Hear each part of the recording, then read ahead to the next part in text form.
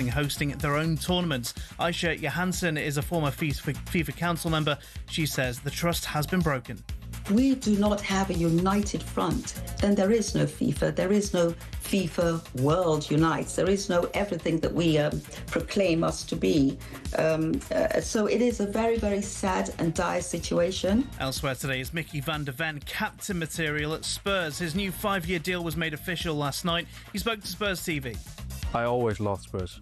Since the first day I stepped in here, I always enjoyed being here. I love the club, I love the fans, I love the stadium, so I love everything here, and I think I developed also really well here. Played a lot of games and hopefully many more to follow. The current captain, Christian Romero, is being heavily linked with a move away this summer. Meanwhile, we understand Inter are hoping to strike a deal with Spurs for Jed Spence between 30 and 35 million euros. Just some breaking news in the last few minutes. Fulham have signed Shay Charles from Southampton, and Everton have signed Brennan Johnson from Crystal Palace. We'll have more on that shortly. And after Jason Cundy proclaimed Chelsea as his title favourites, Gabby Agbonlahor disagreed. I think he might be jet lagged, maybe. He's been away, I think, for 3 weeks. Been in the Maldives. No chance Chelsea win the title. Will they finish in the top 3? Every chance. Top 4, definitely. But I still think there's holes in that squad of players. Cundy reckons no European football, and that front 3 of João Pedro and Cole Palmer and Morgan Rogers will thrust them to the title. Get more at talkSPORT.com. talkSPORT News. Amber Heat health alerts kick in for most of England, and it's been confirmed the killers of PC Andrew Harper will be exempt from the government's early release scheme. Amelia's back at past.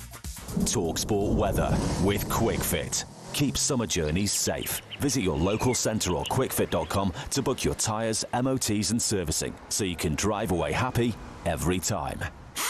A dry and sunny day for most with light winds. Cloudier in northwest Scotland with some outbreaks of light rain.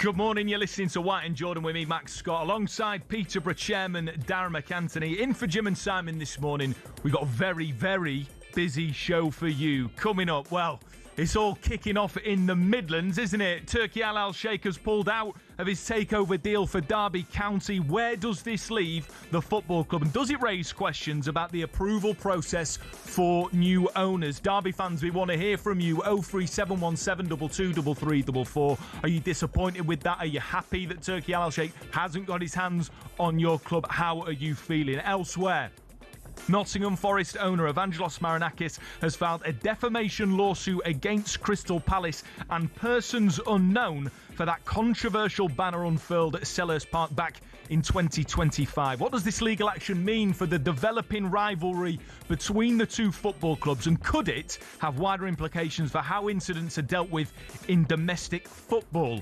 Meanwhile, Enzo Maresca's opened up media access to Manchester City players, with the club making them more available for media interviews than in the Pep Guardiola era. So should players be doing more media or less? And is it good for the game for players to take off the shackles and show their personality? Elsewhere, with England's top 5 leagues having completely different structures, does anything need to change? Darragh can give us his expert view on that. We're going to get the very latest, as always, from the transfer window, plus 2-time British and Commonwealth super middleweight champion Callum Simpson will be with us in the studio. We want to hear from you this morning, as I said, starting with Derby County fans. I know I'm a Forest fan, I might be the last person you want to speak to, but I want to hear from you. 03717 223344. So much to get stuck into on Scott and MacAnthony.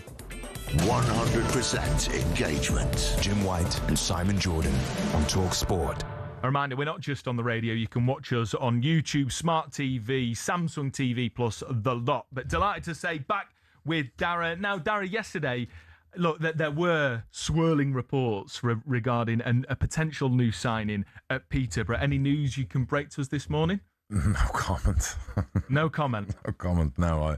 Look, I've said this all summer. We're trying to be discreet about our business, and we're putting everyone through extensive medicals.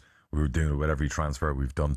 So if we don't sign a player, there's no comment. It means there's no comment, but we're doing our due diligence properly. So there will be signings. Don't worry, Peterborough fans. Won't be today, but there will be signings. Okay, fair enough. Well, thanks for your honesty on that. Another thing we were speaking about yesterday, Darragh, was the Carabao Cup, and how ultimately what is great for clubs like Peterborough is an away day at Chelsea, an away day at Spurs, and you got an away day at Vicarage Road. I mean, head in hand, how are you feeling about that? That's no disrespect to Watford. It's a great club, but give us, home. If we have it at home, it'd be great. Okay, at least we're having a nightmare stinker with like cup draws. You know what I mean? At the moment, so it's like the first two draws of the League Cup away from home. Yeah, it's just so frustrating.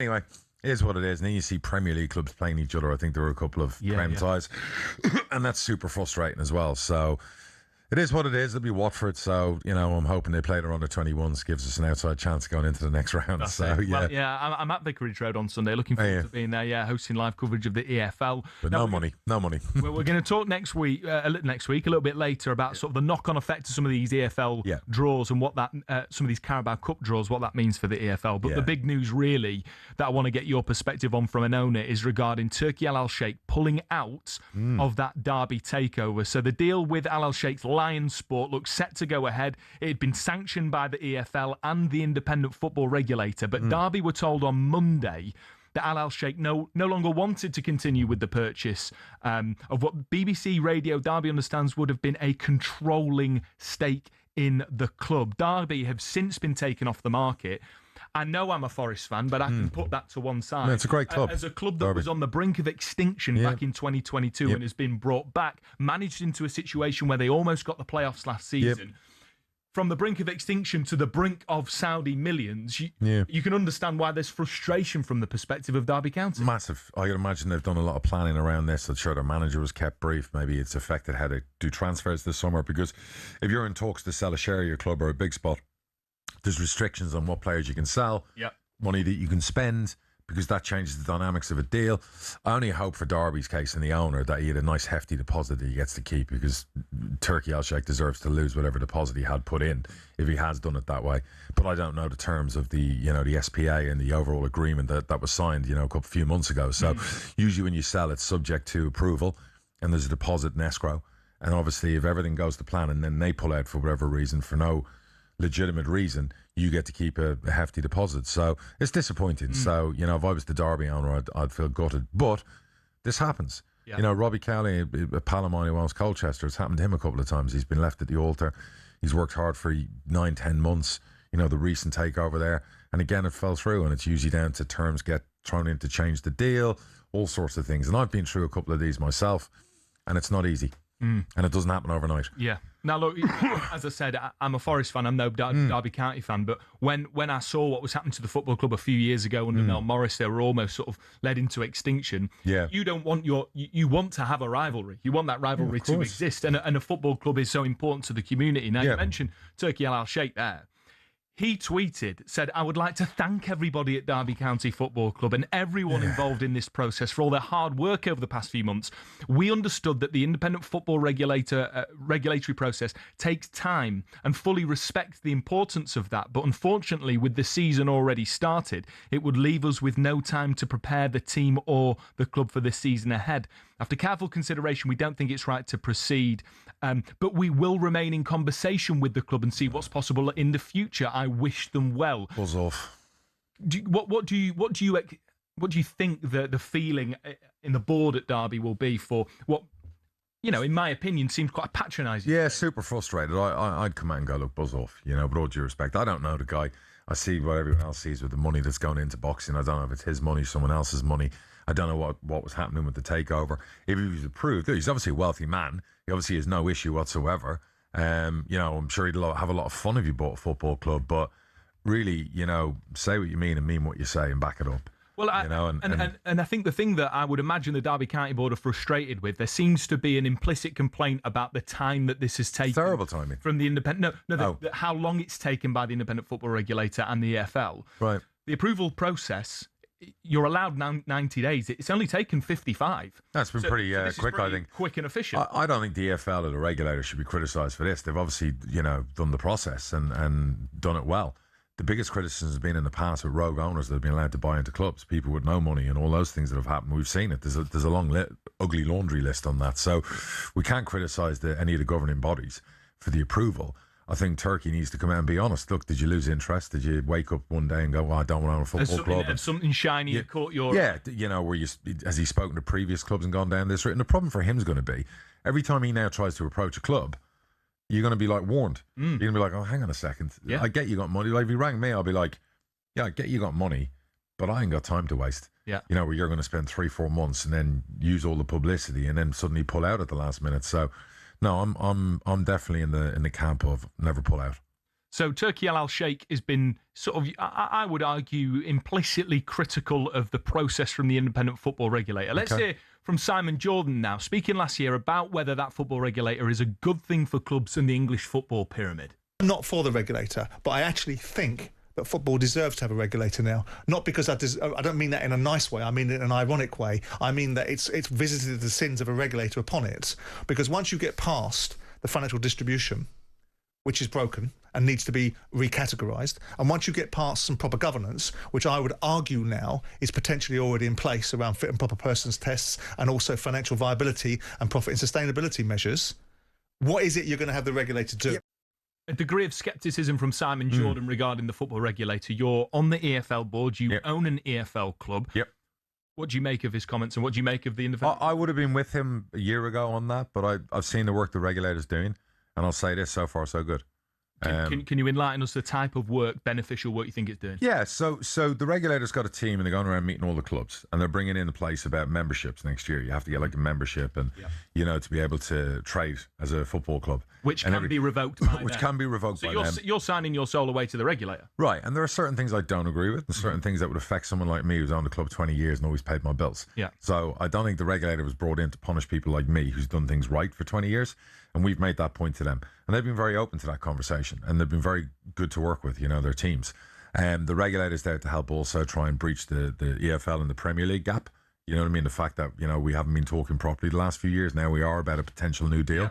So, again, I can only judge what I see. So I can't criticise. And I'd be the first person to be very opinionated if I didn't agree with what they were doing. So I understand I get what Simon's saying. He's absolutely right that we ended up deserving one because football can't sort itself out. And that's always the biggest argument. When you've got clubs losing so much money every year, it's a reflection on us as owners going, hang on, we're not doing a great job here.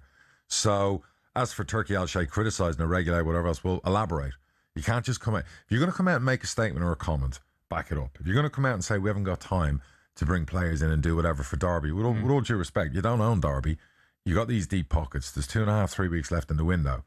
If you've been given approval, you put the money in tomorrow and you could sign 10 players in a day. So I'm not buying that smoke either. Yeah. So has something else caught your interest or a prettier bird at the end of the bar that you want to go home with? Tell us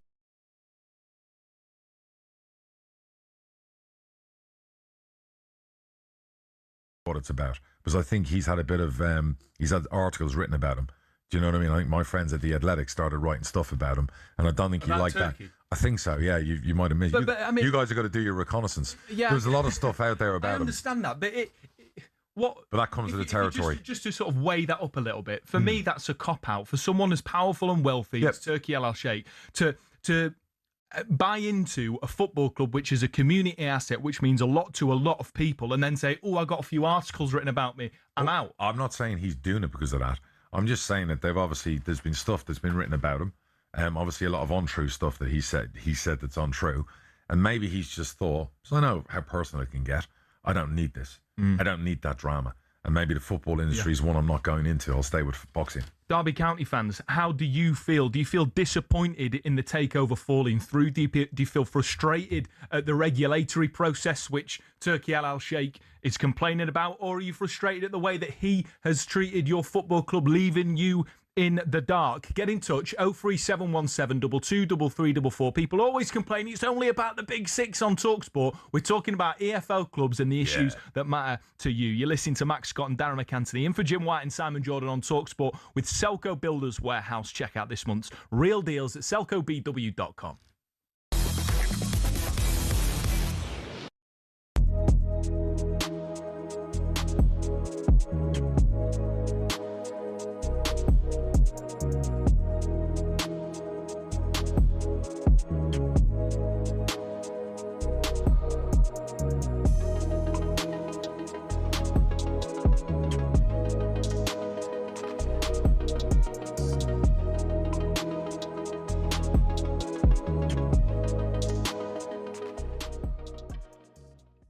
There aren't any options for Marcus Rashford on the table, so there were rumours about Turkey. He's not going to Turkey. I don't care. Mo Salah's gone there, which everyone was absolutely staggered by, I think. But he's not going to Turkey. I don't see where Marcus Rashford's options are. He needs to, get on with it and knuckle down. But do you think he'll start? Well, if you was thinking about what United have, and if you think of Cunha and Mbeumo in those wider areas, I think Marcus is going to find it difficult to knock one of those out of the way, because Mbeumo gives the perfect balance off the right side with his left foot, Cunha with his pace. Šeško, I think, gradually started to really get up to speed, and I happen to think with his height and everything else that he possesses, I think he could be a really, really impressive centre forward for United. So I think Marcus has got it full on to get in the United team. But the thing with him is, the thing with Marcus Rashford that I've seen in the last 18 months he's been out on loan, it's flashes, you see. It's flashes. It's only bits and pieces. I don't think there's ever been a consistent thread running through everything that Marcus is doing. He had a little spell obviously at Barcelona, not easy to go there, and he did reasonably well. Same at Villa, but there has to be more at 28 years of age and to Marcus's game than just these little moments, cameos here and there for 10 and 20 minutes. And he's got to be more significant in any team that he plays for. That's what I think when I look at him. Undoubted talent, but it's just bits and pieces you ever see.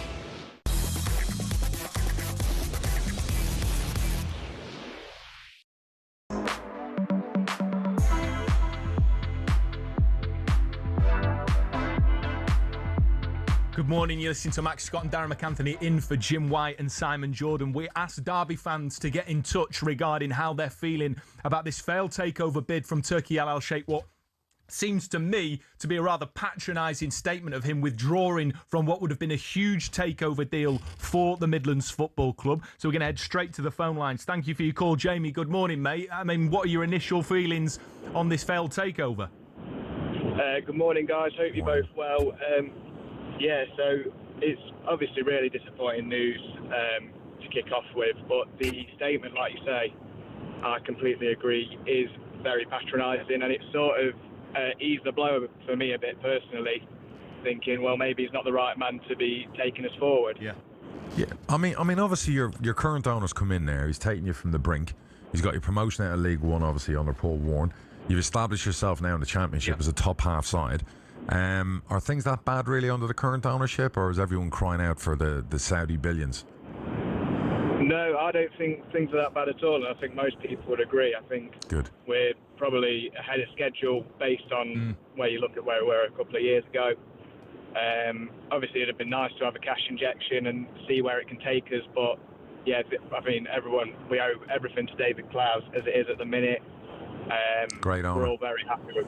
Yeah, fantastic. I mean, he saved us quite literally. So the opportunity he's given us and the way we've sort of kicked on since then, we're a club that looks to be on the up. And by my eyes, I don't know if I'm looking at it with sort of a bit of bias, but it looks like a good investment for anyone who was looking to take a club to that next level. But like I say, with the statement that came in from Turkey, it sort of just put me off the idea completely. So I'm almost glad it came out because, as I said before, it sort of softens the blow and puts things into perspective. And you think, well, we've had dodgy owners very recently before Mr. Clowes took charge, and you don't want to be back in that sort of situation if things aren't going your way when someone else comes in.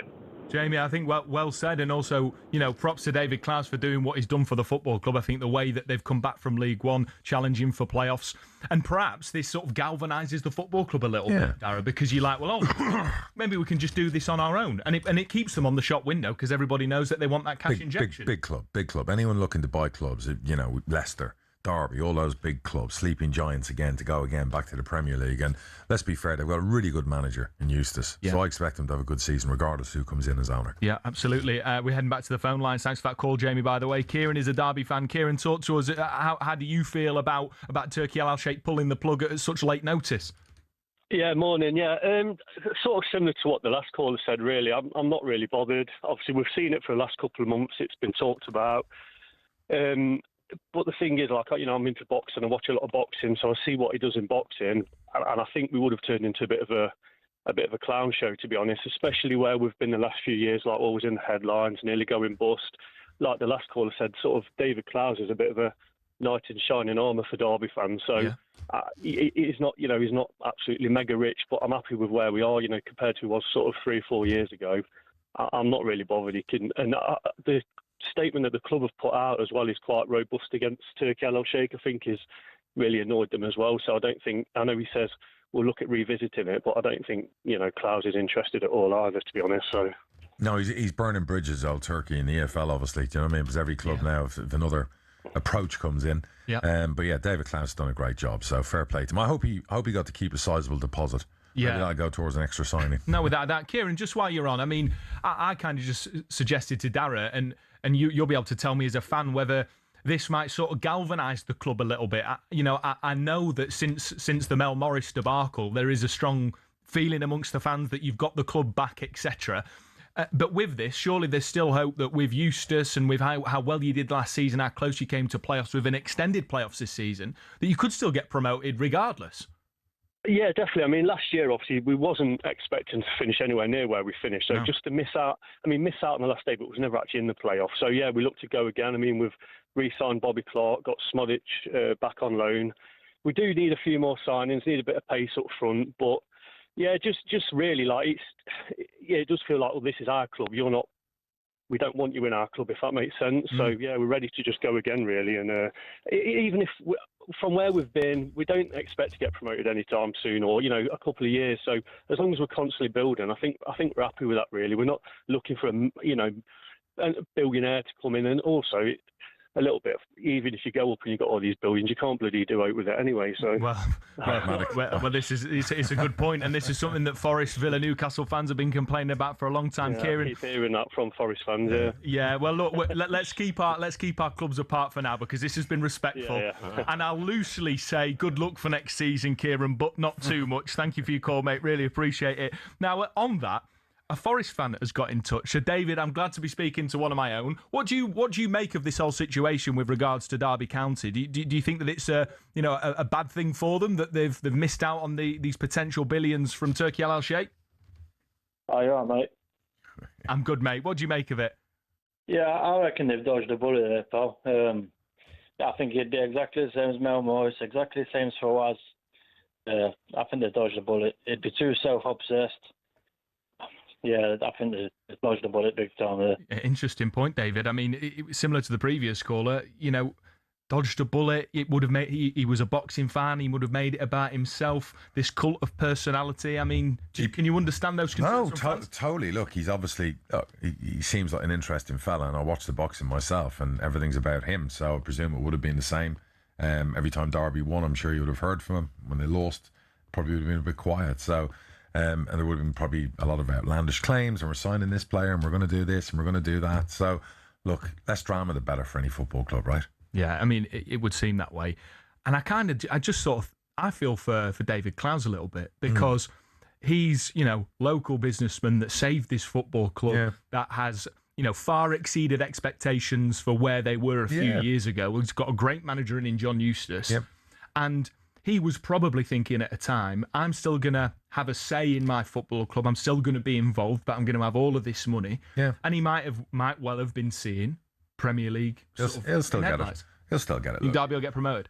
Not get promoted, but I think Derby's worth a lot more than what David would have paid when he took it over. Yeah. So I think, his just desserts will come to him down the line when somebody buys the club, because they're in a much better position now under him.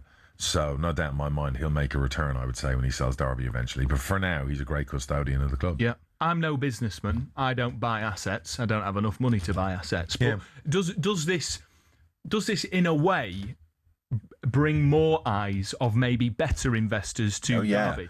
Look, since the Wrexham effect and everything going on, the amount of Americans wanting to buy football clubs and get involved and whatever, there's no doubt about it, and you look at some of the key big assets out there available. We talked recently, Leicester for sale. Derby, massive football club, the history of that football club. We've seen the turnaround at Sheffield Wednesday in terms of the feeling at the football club, the investment already. I was speaking to David, their owner, yesterday, and again, he's gone in there, and I remember saying to him, David, listen, you've got a really good club. You've got a club that, could go all the way to the top. And he was like, and I could tell he's new to it all. But I was saying, no, trust me, this is an amazing club. Same I'd say about Derby. There are some amazing football clubs that if people want to come in and buy, a football club, there are plenty of them. But I guess my advice, and there's far too many, I'm not saying Turkey's one of these, but there's far too many time wasters who want to buy clubs and don't actually have the deep pockets. Well, I mean, you might not say it. I think he's completely wasted Derby's time. And that statement, that pithy, patronising, pathetic statement, I think demonstrates that, in my opinion. So, I would reflect probably what lots of the Derby fans have suggested here. Good riddance. You're listening to Max Scott and Darragh MacAnthony in for Jim White and Simon Jordan on talkSPORT with Selco Builders Warehouse. Check out this month's real deals at selcobw.com.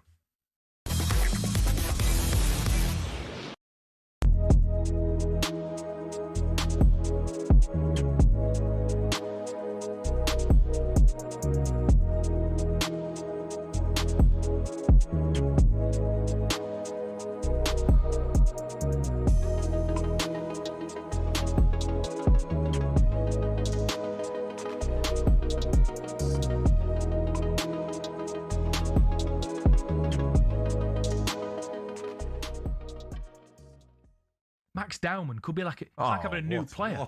Because surely this has to be. How many players play on his side, by the way? Yeah. Tell me how many players are out there on that side where Dowman was playing on the right a lot of the time. Do you know what I mean? I mean, they are just stacked, caked out wide. Do you back Dowman to have? I mean, I think it was his breakthrough season last season, but he was in and out. Breakthrough. Yeah, I know, it's absolutely mad. But do you think that this could be a season where he's regularly starting and making a regular difference? I think he's a special talent. I think he's at the right club. I think Arteta will.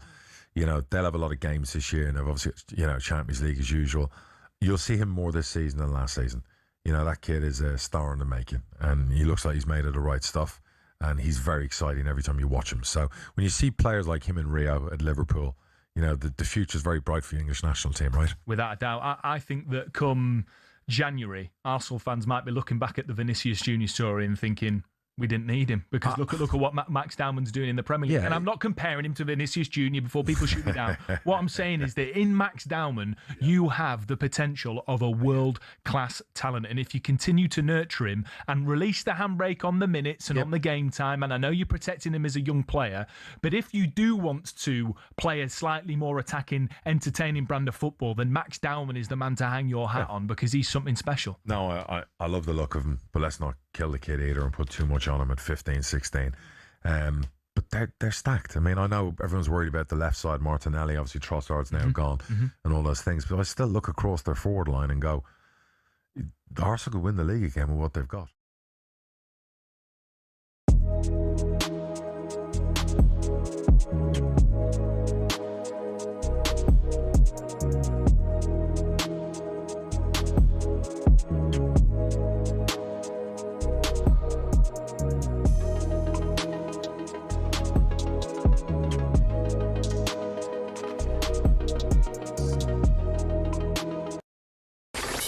talkSPORT News. Good morning. You're listening to talkSPORT with your news headlines. I'm Amelia Beltrao. The government will set out how it will keep the killers of PC Andrew Harper in prison when Parliament returns in September.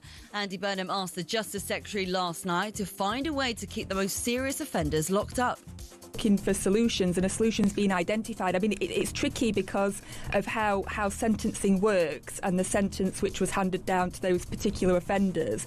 That's Government Minister Sally Jameson speaking. The two men in question were convicted for being in the car when PC Andrew Harper was dragged behind it to his death in 2019. To the New Forest, where a wildfire is now under control. It's been ablaze for 3 days, requiring more than 120 firefighters to tackle it. It began on Sunday when a van caught fire. Meanwhile, amber heat health alerts are in place across most of England, meaning a strain on services. Now, councils could soon be handed more powers to stop bookies and vape shops opening on high streets. Under new plans, they'll now need planning permission. And Heathrow's been overtaken by Istanbul as Europe's busiest airport. It's as the Iran-US conflict has had an impact on the London airport's passenger traffic. Numbers on Middle East routes last month were down 20% year on year. talkSPORT Sports Headlines with Bostik. For professional grade sealants with easy application and a perfect finish, pros trust Bostik. A rare Premier League swap deal has been completed, and is the path clear for Christian Romero to move to Atletico Madrid? Thomas Moore at 11.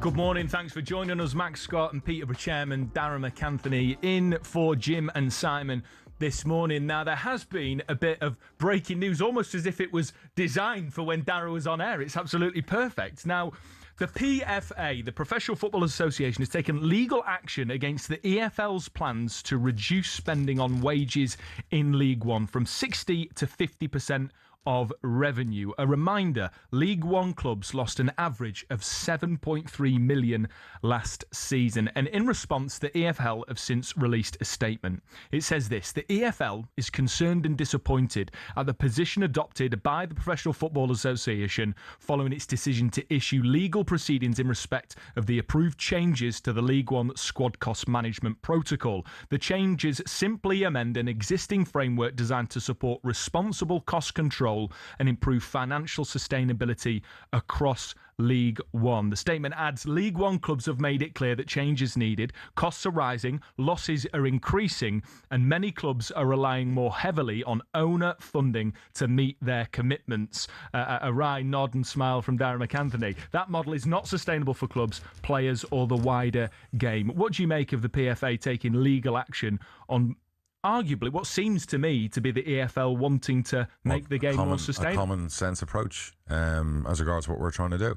I can't talk a lot about it because I'm on the EFL board, but all I'll say is this. I've owned a football club for 20 years. I'm really proud that we've never been late paying our wages and we've always paid our staff. When you see clubs in our league losing £6-7 million a year when it used to be 3 or 4 or probably less 4 years ago, it's only going one way, and we have to do something, which we feel we're within rights to do, to safeguard and protect and make sure that hundreds of employees, not just players, but employees at football clubs get paid and everything is sustainable in the right way. So what we feel we're doing is the right thing, and obviously they've taken a different approach to it all, and I guess, we'll see how it plays out legally. Why do you think they're taking this different approach, if it is as you say? I can't speak for them. I have no idea. I would have thought they don't want... they've got to be in agreement with us that we all want the same thing. We want our players to prosper.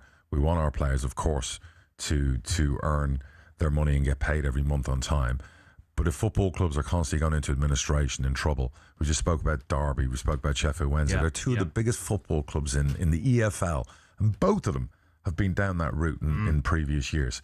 And we don't need to see 5, 6, 7, 8, 9, 10 clubs go down that route. Look, where we are right now, ever since COVID, financially is not where we want to be, and it's getting worse.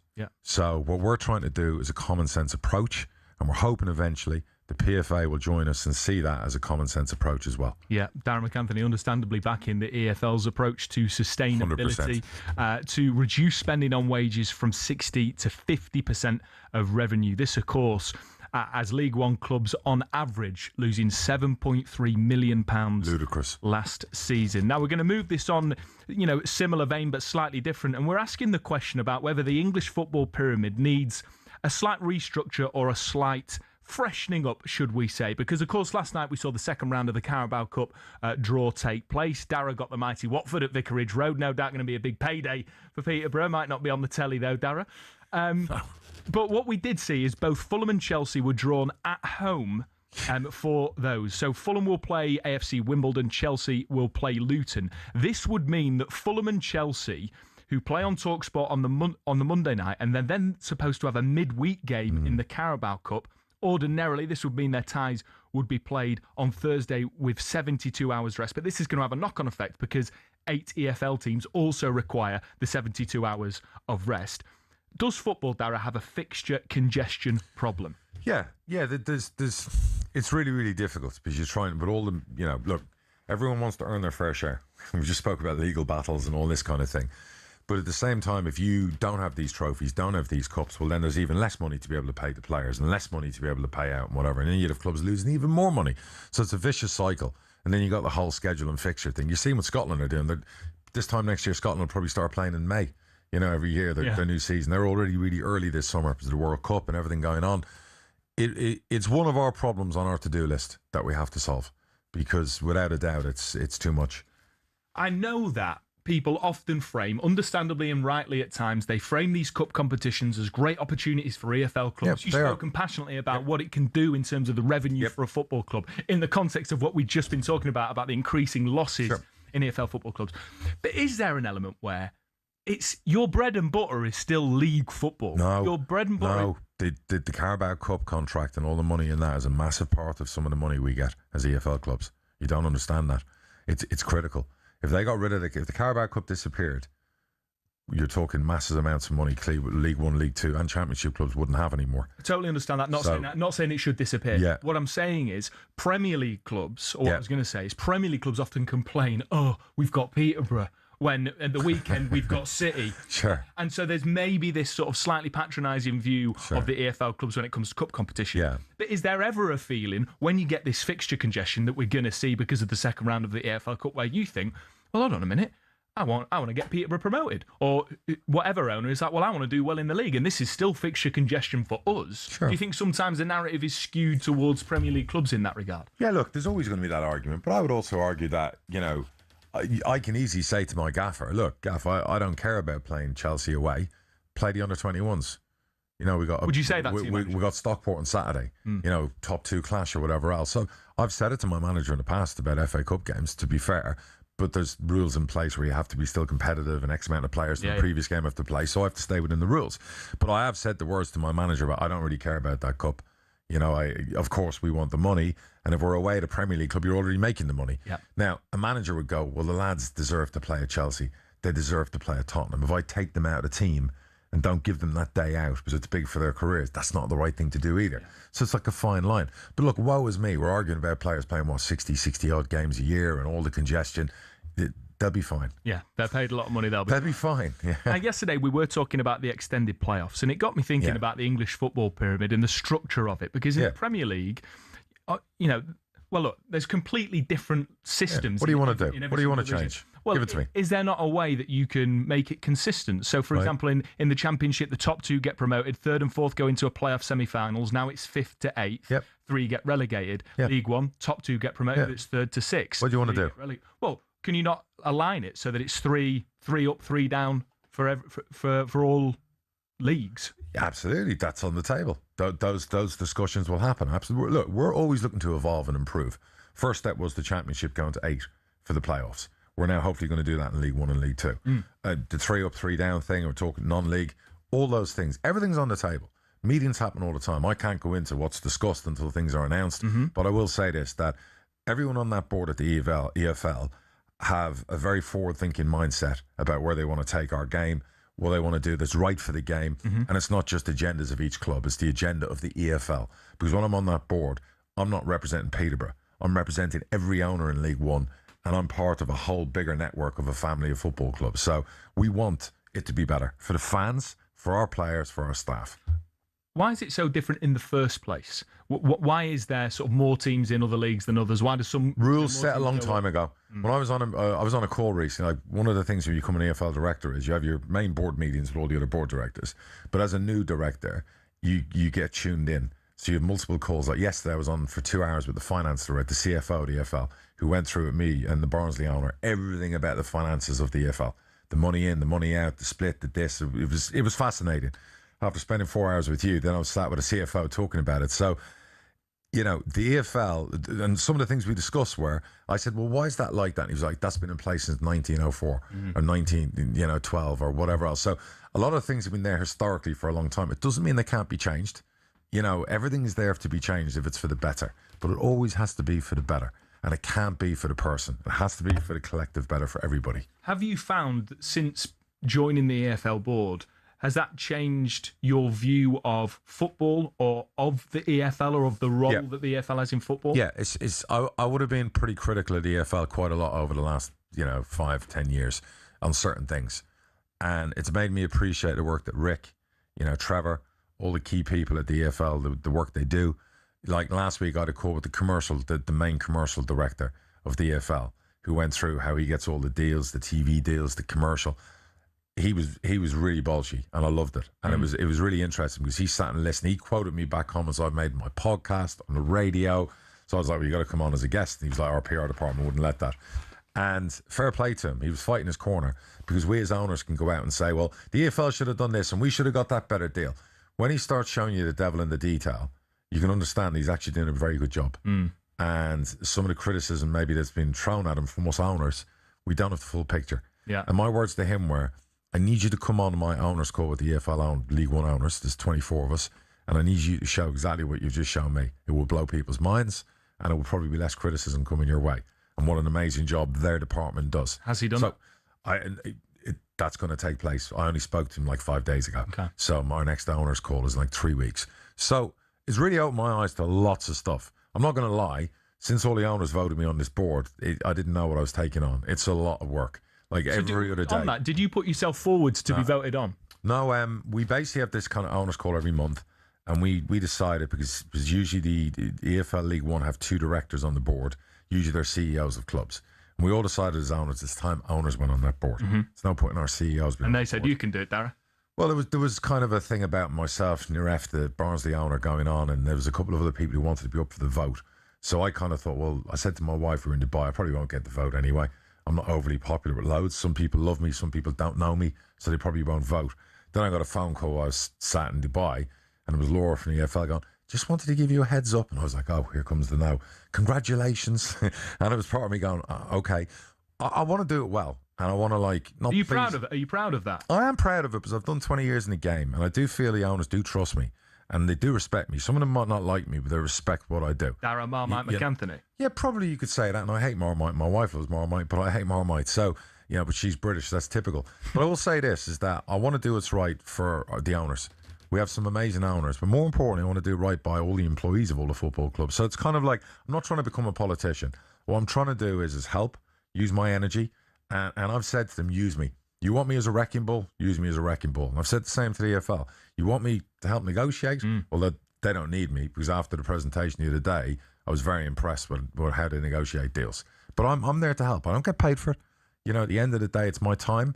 But I love the EFL, and I want to do anything that can improve it. Love to hear it, Darragh. Yeah. Listen to Max Scott and Darragh MacAnthony. Darragh Marmite MacAnthony in for Jim White and Simon don't Jordan give me that name. on It's going to be talkSPORT. Big Mac McAnthony. Okay? With Selco Builders Warehouse. It's where the trade go.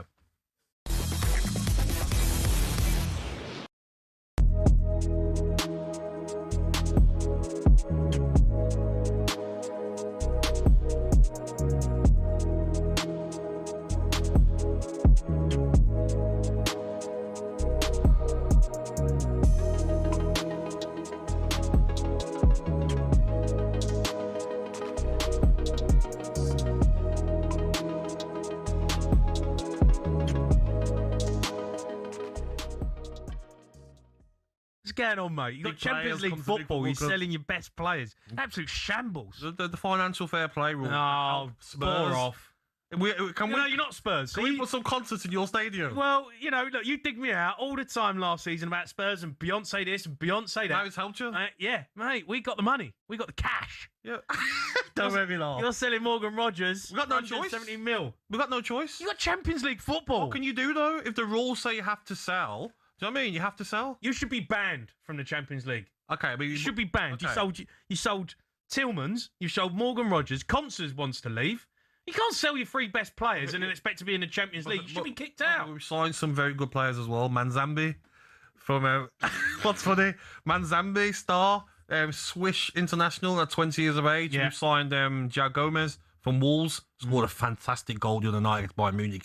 He toe-poked it, Jamie, into the corner. It was fantastic. Come on, mate. Garnacho as well, point to prove. Oh, do me a favour. So, mate, we'll be all right. We'll be all right, man. Garnacho. Oh, we've got the best manager in the league. No, I love Emery. But if you ain't careful, he'll leave. Really? Yeah, he'll leave. Why? Because he wants to win. We won last season. Yeah, I know, but Not then you've league. sold your best players. Yeah, but he'll understand the frustrating rules. Mate, He's come got on. owners. Eventually, he'll go, like Eddie Howe's done with Newcastle, he'll go, no, I've had enough. Isn't that what you want? And you're like your mob and like this so-called top six they call. You want that, don't big you? six. You Big don't. six. You don't Top want. six, big six. But you don't want Villa and Newcastle. Do you know what I mean? Being a bit of a pain, do you? You want like you can't. Oh, Spend, yeah, keep you there. Keep you there.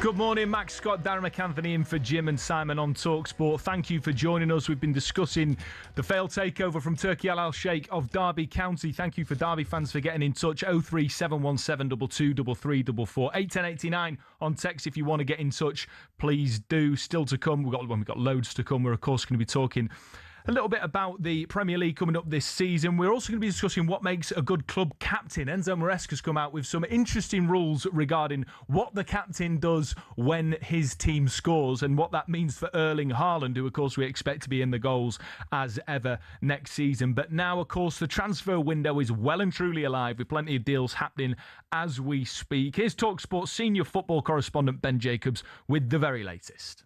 Good morning. The market is getting busy and we might see a breakthrough this week on Rodri. Barcelona held productive talks with Manchester City on Monday and a new formal bid is imminent. Barca are going to improve that offer. 45 million euros plus 5 million in add-ons was the last one that was pretty much rejected out of hand. Manchester City wants 75 million and the expectation is this deal gets done. In addition, another deal that is close is Ferran Torres, who scored the winner in the World Cup final for Spain against Argentina. PSG have confidence of their own as they continue talks with Barcelona. Of course, the French champions have got the European Super Cup against Aston Villa on the 12th of August in Salzburg, but they're still hoping for a breakthrough this week, and the package under discussion is in and around 50 million euros. And Ajax's Mika Götze is another player PSG are working on, and all of this could be good news for Liverpool as they play a bit of a waiting game. Timing is everything, and they will hope that if PSG add one or two more attackers, Magnus Akliouche has already joined from Monaco, that may allow them to do Barcola more on their terms. PSG's asking price for Barcola has been 170 million euros. Liverpool are not going to bid anywhere near that, and from PSG's point of view, of course, they would welcome a bidding war if Arsenal choose to enter the race. But Barcola, as it stands, wants Liverpool. Over to Everton, a good old-fashioned swap deal with Crystal Palace yesterday. Dwight McNeil moving to Palace, as he almost did in January, but there was paperwork issue, and Brennan Johnson going the other way. And Everton are interested also in Crystal Palace's Daniel Munoz. Elsewhere in Scotland, St Pauli are closing in on a deal to sign Dimitar Mitov, the Aberdeen goalkeeper, and that one is pretty advanced as it stands. Tottenham yesterday confirmed that Mickey van der Ven has signed a new 5-year deal. Roberto De Zerbi was absolutely key to that one. Reggie Walsh, the Chelsea youngster, is closing in on a loan move to Wigan Athletic. And a fascinating one late last night, Alexis Sanchez, ex-Arsenal and Manchester United, has agreed a deal to move to MLS and join Montreal, where he will be a designated player. Ben Jacobs with the very latest there, our senior football correspondent. Of course, you can get the latest from the website talksport.com. And a reminder, Flex and Abby Summers bring you the latest episode of the Transfer Insiders podcast out every morning with all the very latest transfer news available on all of your favourite podcast platforms now. Let's start with Rodri, Darragh, because look, it looks like this Barcelona move's going to happen. He wants to move to Spain.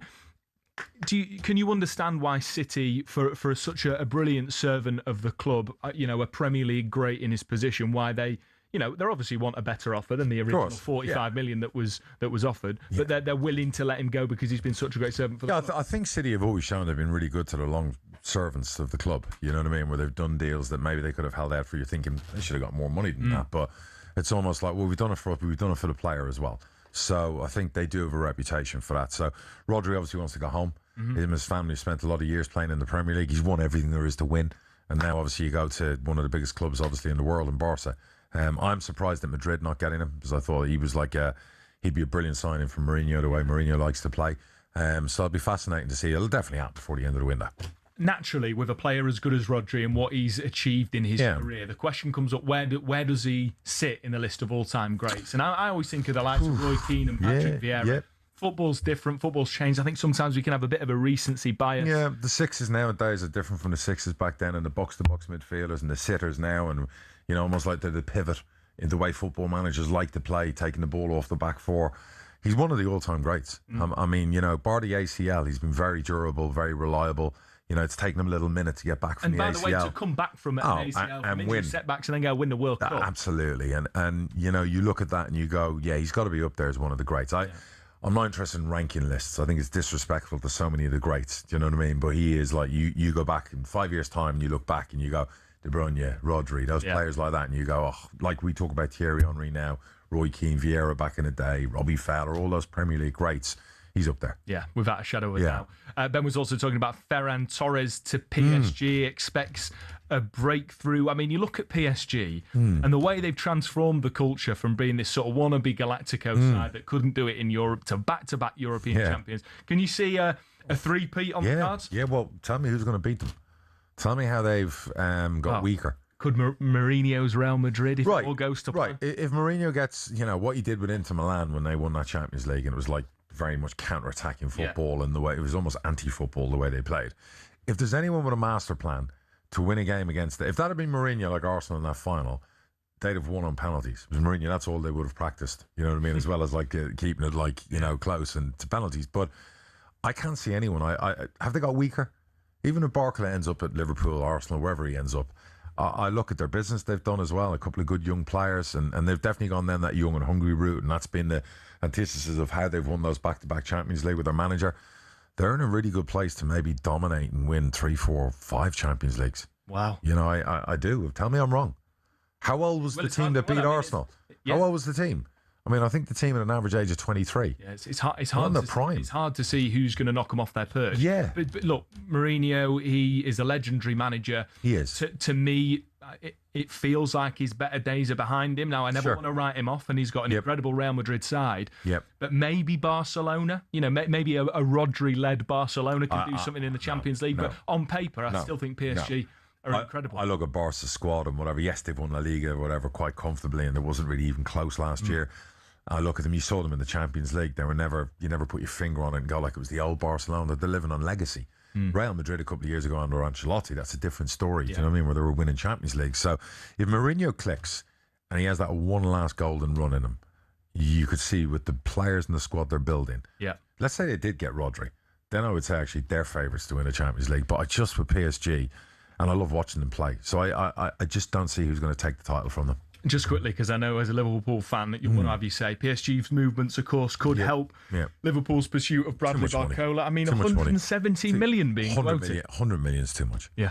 Particularly for a left winger that we have like 2-3 players on the left already. I don't love it. We have so many other holes to fill. And I get it as an owner sometimes. Like I'm at the moment trying to sign certain players. And I'm the type of guy that if I get the players I want, let's say there's one I missed, even if I've filled a position, if it suddenly pops back up, I'll probably go and add that as well. I am that person. It almost feels like with Liverpool, Barkley is that sexy option. But you're looking at it and going, well, hang on, it's the right side. It's the Salah goals and assists that we're missing and we've struggled. What are we going to do?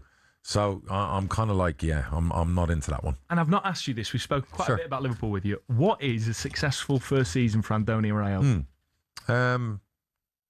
Top 3, within 10 points of the title and a trophy. Take that. And at least the last day of the Champions League. Brilliant. You're listening to Max Scott and Darragh MacAnthony. In for Jim White and Simon Jordan. We're live on talkSPORT this morning.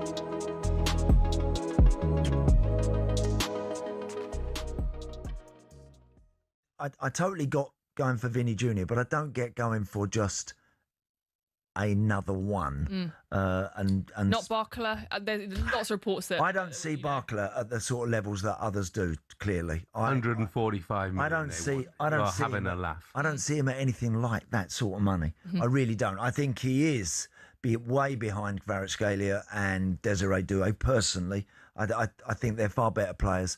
I don't think he's got the end product in his game to warrant 140 odd million quid. No chance. And I don't think I'd swap Martinelli for him. I think I would. For Barcola? No, I'm honestly, because I think Martinelli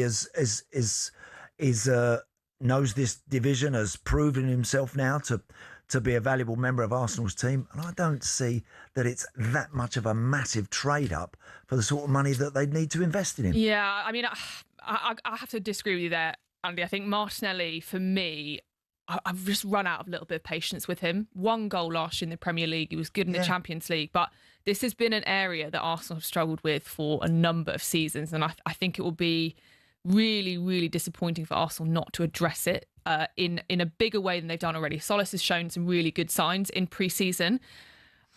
I'm putting my eggs in the Barkla basket, but maybe I'm just not going to pay £145 million for him. They're just not. I don't. You know, if that's what, and okay, there'd be some negotiation available there, but seriously.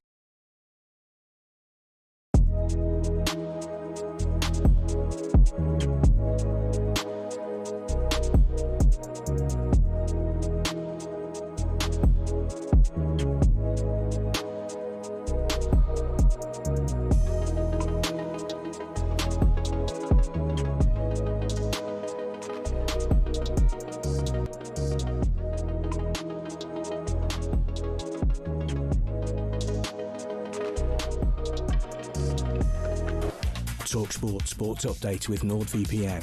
24/7 digital privacy and protection in one easy-to-use app. The headlines at 2 minutes past 11. I'm Tom Clayton. Good morning. We start with the breaking news in the last hour that the PFA has taken legal action against the EFL over plans to reduce League One wage spending to 50% of revenue. That's down from 60% last season. We'll have more on that throughout the morning.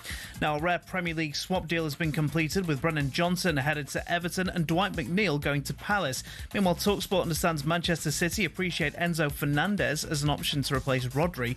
Chelsea maintain his £120 million price tag. Also, Shea Charles has completed a £30 million move to Fulham from Southampton, and Atletico Madrid have become new favourites to sign Christian Romero from Tottenham. Here's talkSPORT senior football correspondent Ben Jacobs. They're expected to place a bid potentially as early as today, and they know the number because Napoli have an agreement in principle with Spurs for €40 million, but they don't have personal terms with Romero because he wants Atletico Madrid, and as he said a year ago, he'd like to go and play in La Liga. So with the Tottenham captain set to depart, who takes over the armband this season? Suggested Mickey van der Ven could get the nod. Fresh off signing a new 5-year contract, he told Spurs TV he felt right at home as soon as he signed. Obviously, when you come from a different club, you just hope you settle in well at a big club like Spurs and in the Premier League. But yeah, it went quite quickly, and I played a lot of games already from day one I came in, and since that I just have a special relationship with the club. And Jason Cundy's grand claim that for the new season that Chelsea will win the Premier League. He reckons the forward players plus no European football is a winning formula.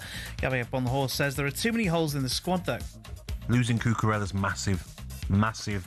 They didn't have the best defensive record last season as it is. Losing Cucurella, best left back in the league. We know Reece James injury problems as well. Could continue next season. Second midfield, of course, Caicedo, Fernandez. If they keep fit, if Fernandez stays. Too many holes in my ability to read as well. Get more at talksport.com. talkSPORT News. The Prime Minister is increasingly confident that he can keep 2 of PC Harper's killers locked up, and fires continue in the Cambridgeshire Fens and the New Forest as heat alerts kick in. Amelia has more at past. talkSPORT weather with QuickFit. Heatwave outside, oven inside. Stay cool this summer with a free aircon check. Book online or visit your local QuickFit today. A dry and sunny day for most with light winds. Cloudier in the northwest of Scotland with some outbreaks of light rain.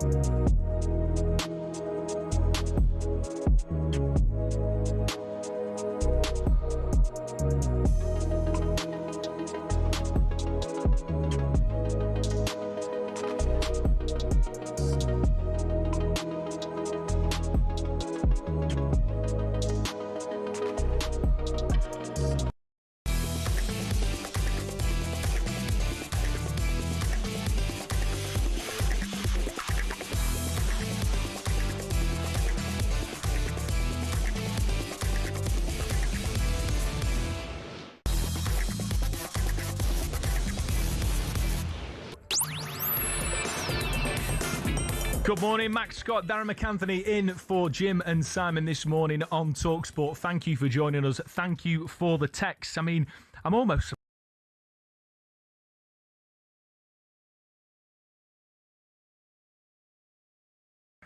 Right then.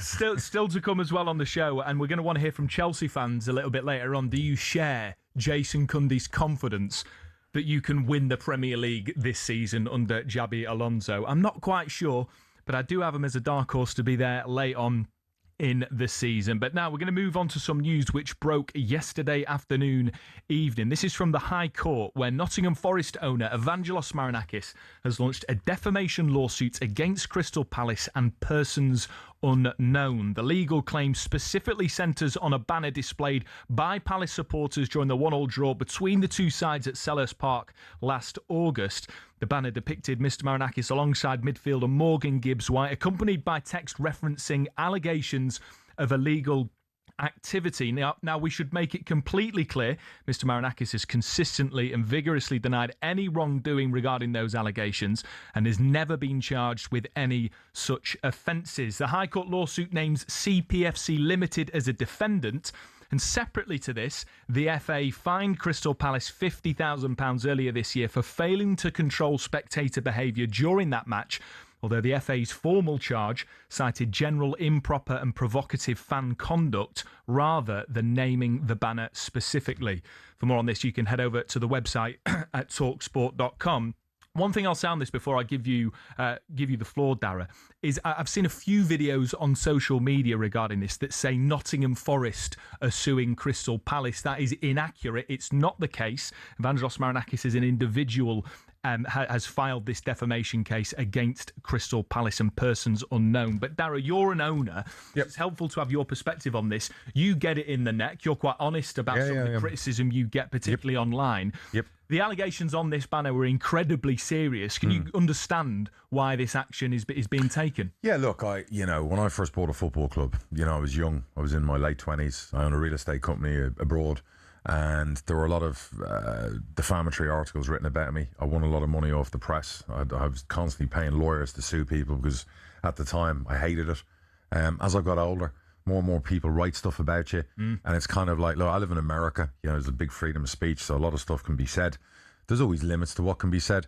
I can't speak for what football fans put up or banners that are up. I don't know how long the banner was up during the game. I get where Marinakis is coming from. He's obviously had a lot of crap thrown his way over the years. And he's obviously one of those people who believes in his convictions. He's just like, I'm not having that.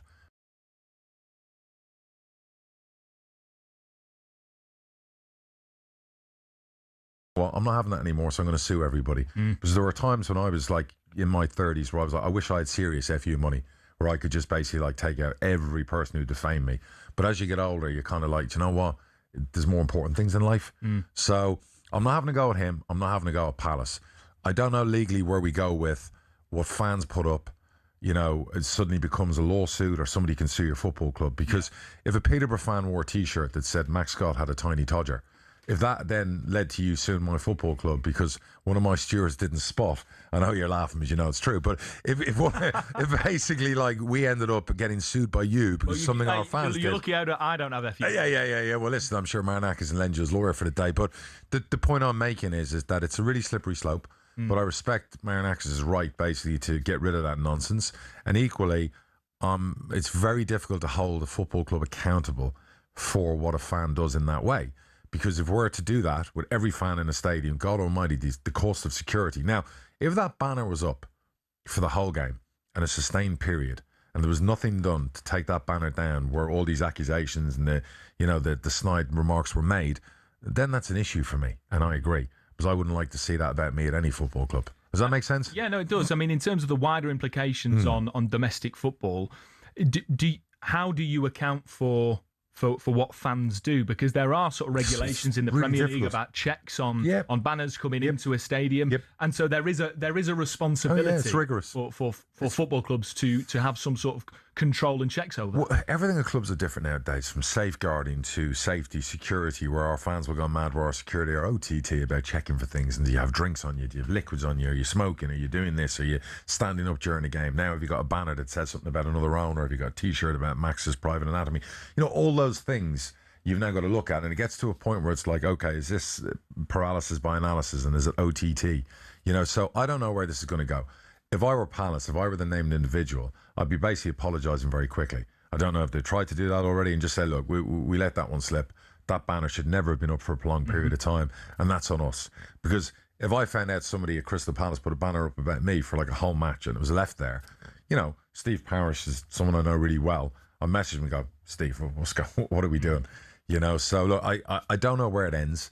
I don't know what the laws are here. I know you guys were very sticky about this today about, well, we got to check with the lawyers, what we can say, what we can't say. I definitely don't need the forest owner suing me. You know, that's for sure. But I respect his right to protect his reputation. I've seen the battering he's taken at times from fans, from online comments and whatever. He is definitely a character within our game. He's a character you want in our game, because I actually quite like having him in the game. And when you see some of the stuff written about him, I would imagine it gets to him and his family, particularly when he's never been found guilty of anything. He's never been arrested in that way. You know, this is a guy who's obviously very successful. He's made a lot of enemies, made a lot of friends. He's bought multiple football clubs, and he's pumping a lot of money into our game. We were speaking last Friday, and you were talking about the impact, not necessarily on you, that being an owner has on the family close to you. Yeah. Yep. Do you welcome more legislation or more guidance on how to protect people that work at football clubs from abuse, whether that's players, whether that's staff, whether that's you as an owner? Of course. Do you think more needs to be done? Because you can say, I think it's probably fair to say, that the climate and the landscape we live in when it comes to social media, when it comes to people saying certain things, there's clearly a threshold. You know, when people talk about, faceless accounts on social media, why can't these big companies simply put, some sort of ID check in there, and they don't seem to want to do that. So there's this wild west where allegations can be made, incredibly serious allegations about somebody's character. And so would you welcome a change? It's very difficult what clubs can do. We're trying to do our best. You know, it's limited. You know, like I said to you, we've got safeguarding officers. We've got so many different steps now to protect young players at clubs, the women at clubs, all those things that we're doing. I don't like seeing players getting abused. I don't like seeing owners getting abused. I've 20 years, I've been abused by some away fans, but not man. You know, majority of the time, let me be very clear here, because I went to Bristol Rovers last week, and I walked through their fan zone, because you had to walk that way to get whatever. And the Bristol Rovers fans were brilliant. Came over for pictures, chat. And it's not about me owning Peterborough. Nowadays, it's about talkSPORT. A lot of them listen to talkSPORT. I love you on talkSPORT, blah, blah, blah, blah, blah. I've always had that. I've never had anyone be threatening towards me at an away game. And I've been up and down the country to a lot of the clubs. So let's not make it out like this is this massive problem. No, I'm not shying away from the racism, the stuff that goes on in games. I hear it, I'm sat there and whatever else. It's very, very difficult to completely stamp it out. We spoke about it like recently with Kick It Out. This goes back to education of young people. And equally it goes back to, we're going to have to, particularly online, I'm telling my kids, the best way to deal with it is don't go online. If you don't like what you see, if you don't like what people are saying to you on there, if it's an area and it's murky or whatever else, stay away from it. I grew up without social media. It didn't affect me. How do you feel as an owner if there, and I don't know about what the history's been in terms of Peterborough fans. Sure, that'd be brilliant. If you were to hear that there had been, fan abuse towards players, as an owner or fan abuse towards opposition fans or an opposition owner, how do you deal with that, or how does that sit on your shoulders? I hate it. Like, I'll give you an example. A couple of years ago, one of our young players from our academy became our captain, Harrison Burrows, and it was the season he won Player of the Year in League One. He was the only left back to have done it, I think, in 25 years, and he got his move to Sheffield United. And it was early in the season, and we weren't playing well. And Darren Ferguson, I remember him, he basically lost it in the sideline. He was losing at the fans because they were abusing our young left back, who's only 20 years of age, and he's our captain. And he was just like, "Can you leave him alone?" And he was like losing it. I love that about my manager. There's very little I can do. And I don't know the stuff that was being said to H at the time. Do you know what I mean? Now, it probably wouldn't be along the lines of some of the racism you see thrown on the pitch. But generally, our fans are good eggs. We don't have a lot of those issues that go on. But that doesn't mean it doesn't go on within football. But I do think we are improving. I do think we're getting a lot of this under control. Banners is a different story. We'll see where this goes in the High Court. Well, absolutely. I was just going to say, we'll see how this plays out, and any statements that we receive, whether that's from Mr. Marinakis, whether that's from Crystal Palace. You should ask him. You should text him. I don't have his number. That's not what I heard. We will bring those to you throughout the rest of the morning. You listen to Max Scott and Darragh MacAnthony. In for Jim White and Simon Jordan on talkSPORT with Selco Builders Warehouse. It's where the truth is.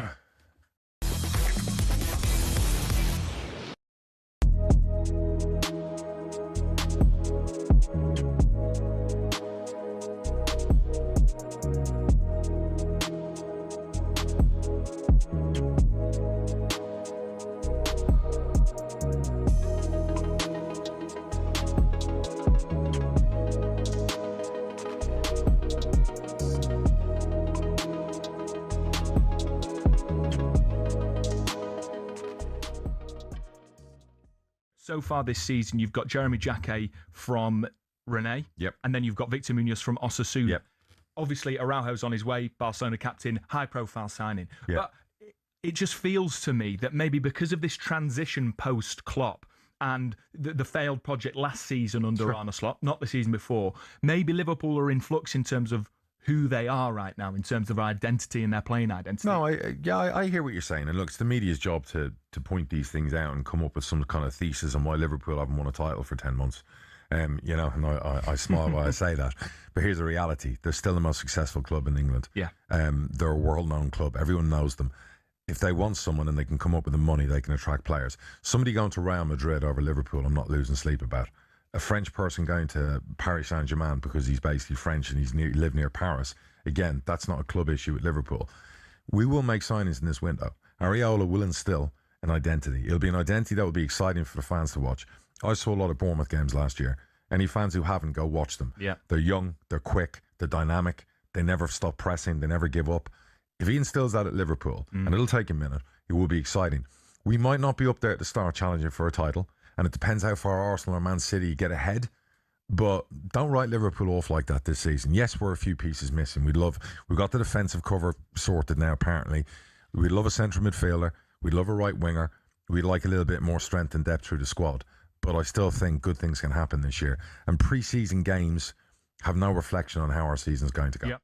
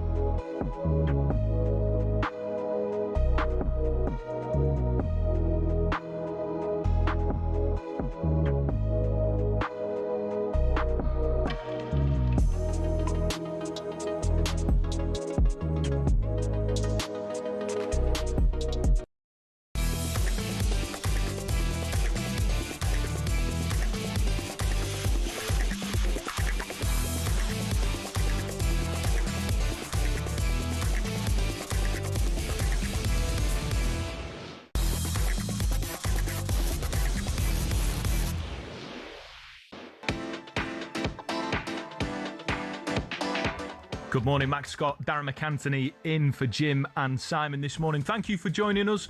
Now, the text, Darragh, we're just getting so many questions, so we're ripping up the script. Goodness. We're doing an Ask Darragh MacAnthony again because I just to stop the questions or just to get some of the answers. I mean, there's one here, from Mark. He says, be interesting to know if Darragh has 100% say in who Peterborough sign. Or does the Peterborough manager have a say in the players being signed? Yeah, how does that dynamic work? Yeah, it's a collective. It's consensus decision making, of course. We have a type of player we recruit, no matter who the manager is.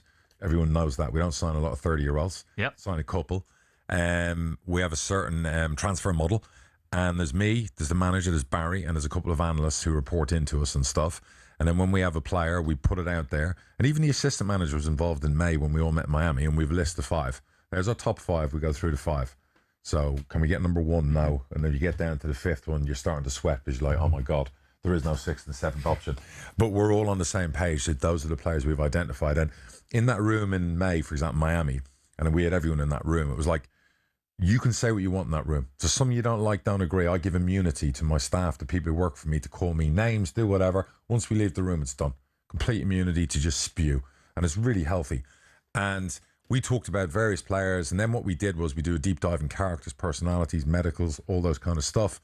So I wouldn't bring a player in unless my manager wanted the player. So in terms of the hierarchy of that, understandably there's a collective that has to be to scout players, etc. But I am the owner and chief decision maker, so I'll take the blame. If things don't go right, if people want to moan about signings, blame me, no problem. But would you say you give the manager more power than you to make the decision? Obviously, you're paying the money or the club's paying the money. This manager's different. My previous manager was probably more involved. Luke is used to be working as the head coach system, and I've evolved him into a manager, and I think he's enjoying that. He's learning a lot more about the finances. He's learning a lot more about how it works in the recruitment. But I would ring Luke and go, what do you think of this, and will you speak to this player? And he'd be like, love it, yeah, let me speak to this player before we try and sign him. Or he could come to me and go, what are you thinking, boss? And I'll be like I'll give you one example. During the summer, we had a player we signed, and I was on the fence, and I was away in Dubai, and I rang Luke and I rang the assistant manager, and I said, guys, I'm a bit spooked, you know, because we've made a couple of mistakes and whatever, and I don't usually get spooked, and I need another opinion. Are we sure on this one? And they were like, no, we got to trust our convictions. You trust your conviction. Look at what you do. Look at the recruitment. They were very, very good like that, and they were like, both like, sign him. Let's get it done. Let's back the judgment. Mm-hmm. And as it turned out, it's been one of the best signings we made in the summer. Brilliant. But I wanted to have that chat with everyone. Yeah. And I would never go out and sign a player without a buy-in. And the one thing I love about my current manager and his staff is like, they have so much respect for how we recruit that they're like, who are we to question Peterborough and signing players? We're working with this young talent that you brought to the club. Lisby came a year ago, and he's gone for like millions a year later. And that's the model, you know, so... Yeah, well, look, get in touch, 03717 223344 81089, and we'll carve out some time a little bit later in the show to put your questions to Darragh. Just on that, though, a lot of the conversation in the Premier League is that managers have less power, and whether it's sort of Ruben Amorim clashing with the owners or with the sporting directors at Manchester United about certain players coming in. Head coach versus manager. Do you feel that you've got... And so the complaint is managers don't have enough power. Sometimes clubs sign players that the manager doesn't want, and that causes friction. That's one of the reasons managers don't last very long at football clubs. Do you feel you've got more of an old school approach where... depending on the manager that you've got in, ultimately, do you think you give more power to your manager when it comes to transfers than maybe what we're seeing in the Premier League? No, I think our approach is skewed towards our club and our academy and looking after that, because managers come and go. My manager could get plucked by a top club. If I recruit players just for that manager, the next manager is going to want his own players. So every manager I interview, I tell them our mythology of how we recruit, and they have to either buy in or don't take the job. Yeah. So I think we have to protect the football club, because you have a manager who comes in, signs 15 of his own players. Then new manager comes in, he gets 10 of his own players. You're left with a mess. And we don't want to have a mess. So I feel the way we recruit is it's a unique way.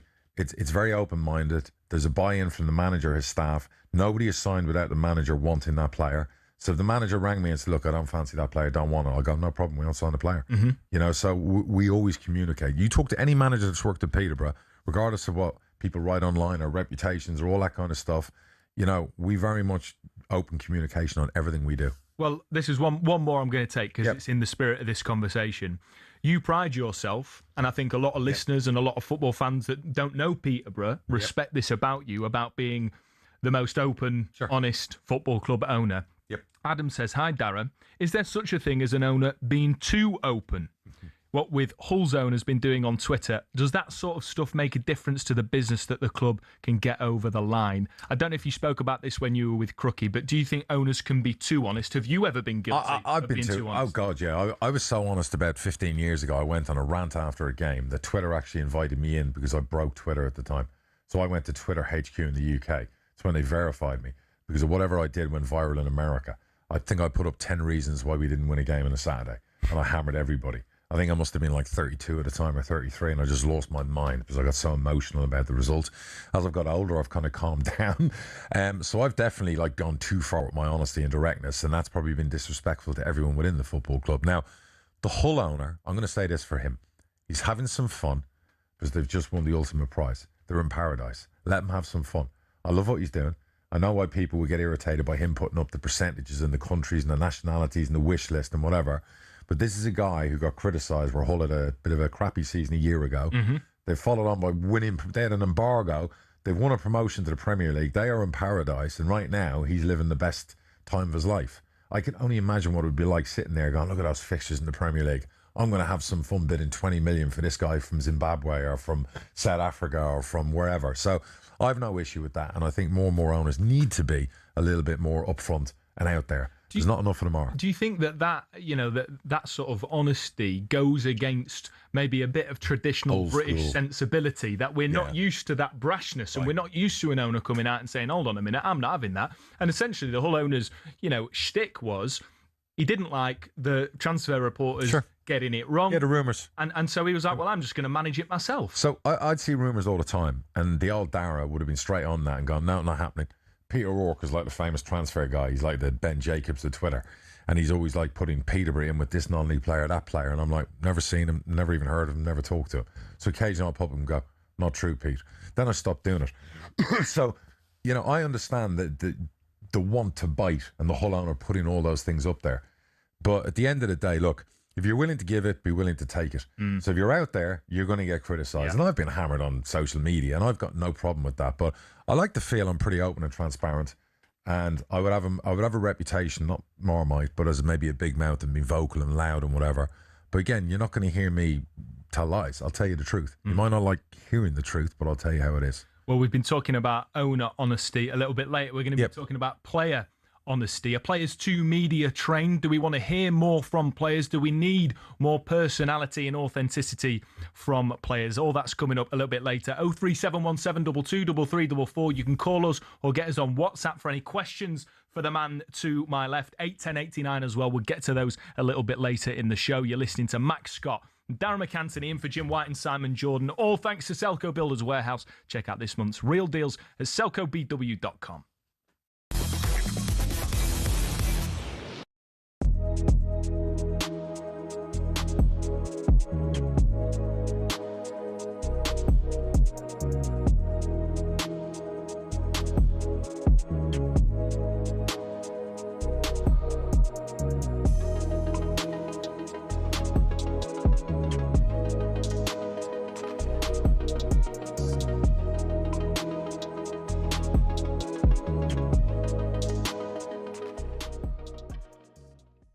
Steve gets in touch with the United fans. He says, boys, with Rashford, we've been down this road so many times. We've sang his name, give him over 300 grand a week, backed him and watched him stink the gaff out week after week. Body language is such a huge part of football. It is. I can't sit in the Stretford end again and watch him sort of mope around and sulk on the pitch. He's worked hard for any club who'd take him on loan over his supposed boyhood club. We've been down this road too many times. Shake hands, get him out the door ASAP. Do you understand that sentiment from some Manchester United fans? Totally. I totally get it. Yes, he's burnt his bridges there. I get all the reasons for it, and he's done himself no favours whatsoever. Like I said, the player had potential to be top.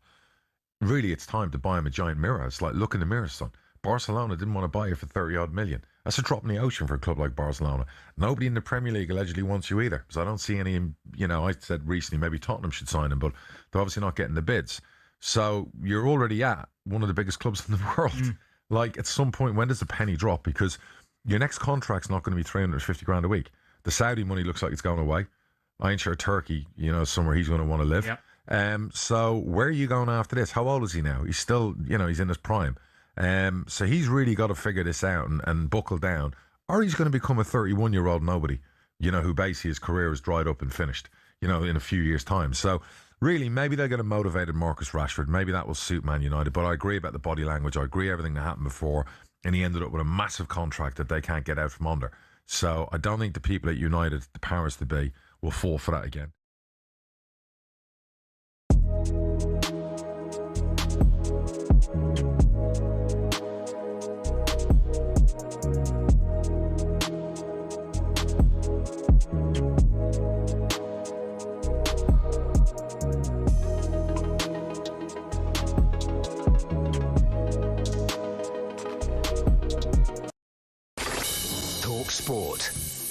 news. Very good morning. You're listening to talkSPORT. Here with your news headlines, I'm Amelia Beltrao. Andy Burnham's increasingly confident that PC Harper's killers can be kept in prison. We'll hear how when Parliament returns in September. The PM asked the Justice Secretary to take a look at options following concerns Jesse Cole and Albert Bowers would be freed under the early release scheme. We have a prison population at, a near record high. You need to take appropriate steps. The female population is something to look at. You need to look at all options. The one thing you cannot do is run out of prison places and bring the criminal justice system to a complete standstill. That's the Chief Inspector of Probation, Martin Jones, speaking. Well, PC Harper was dragged to his death behind a car in 2019. Now, we know it's hot, but we're hearing it could reach 38 degrees on Thursday. Amber heat health alerts are already in place until Friday evening. It says wildfires in the Cambridgeshire Fens and the New Forest are being contained. Bournemouth Airport is urging people to factor in extra travel time due to road closures. And it's reported Donald Trump hid in a catering container as part of a plan to secretly switch planes as he left last month's NATO summit. I'm number one on the kill list for Iran. I like being number one on TikTok better. The US president was seen boarding Air Force One in Turkey for a flight to Britain, but sources say he was moved because of a threat from Iran. talkSPORT sports headlines with Bostik. For workable, easy-to-apply mortar that tools easily, pros trust Bostik. The PFA has taken legal action against the EFL over proposed wage restrictions, and a rare Premier League swap deal has been completed. Will has more at midday.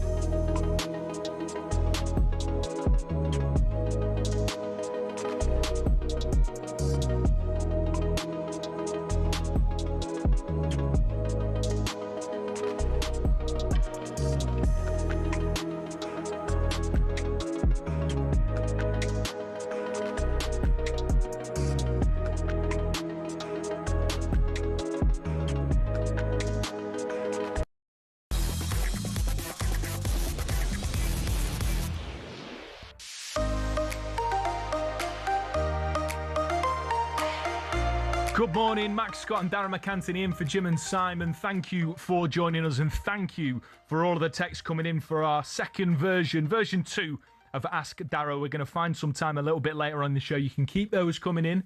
81089 on message, 03717223344 on WhatsApp. But before the break, we were talking about owners being honest. Can they be too? Is it possible to be too open and honest if you own and you are the custodian of a community asset like a football club? Well, we've taken a call on this because James, the Wolves fan, wants to have his say. James, good morning. Thank you for calling the show. What do you want to say? Good morning, lads. Great show as ever. Thank you, mate. Darren, I wish you owned Wolves, but it's never going to happen. Thanks, I don't think you're enough money. I don't think you're enough money to buy it. Thanks. Not yet.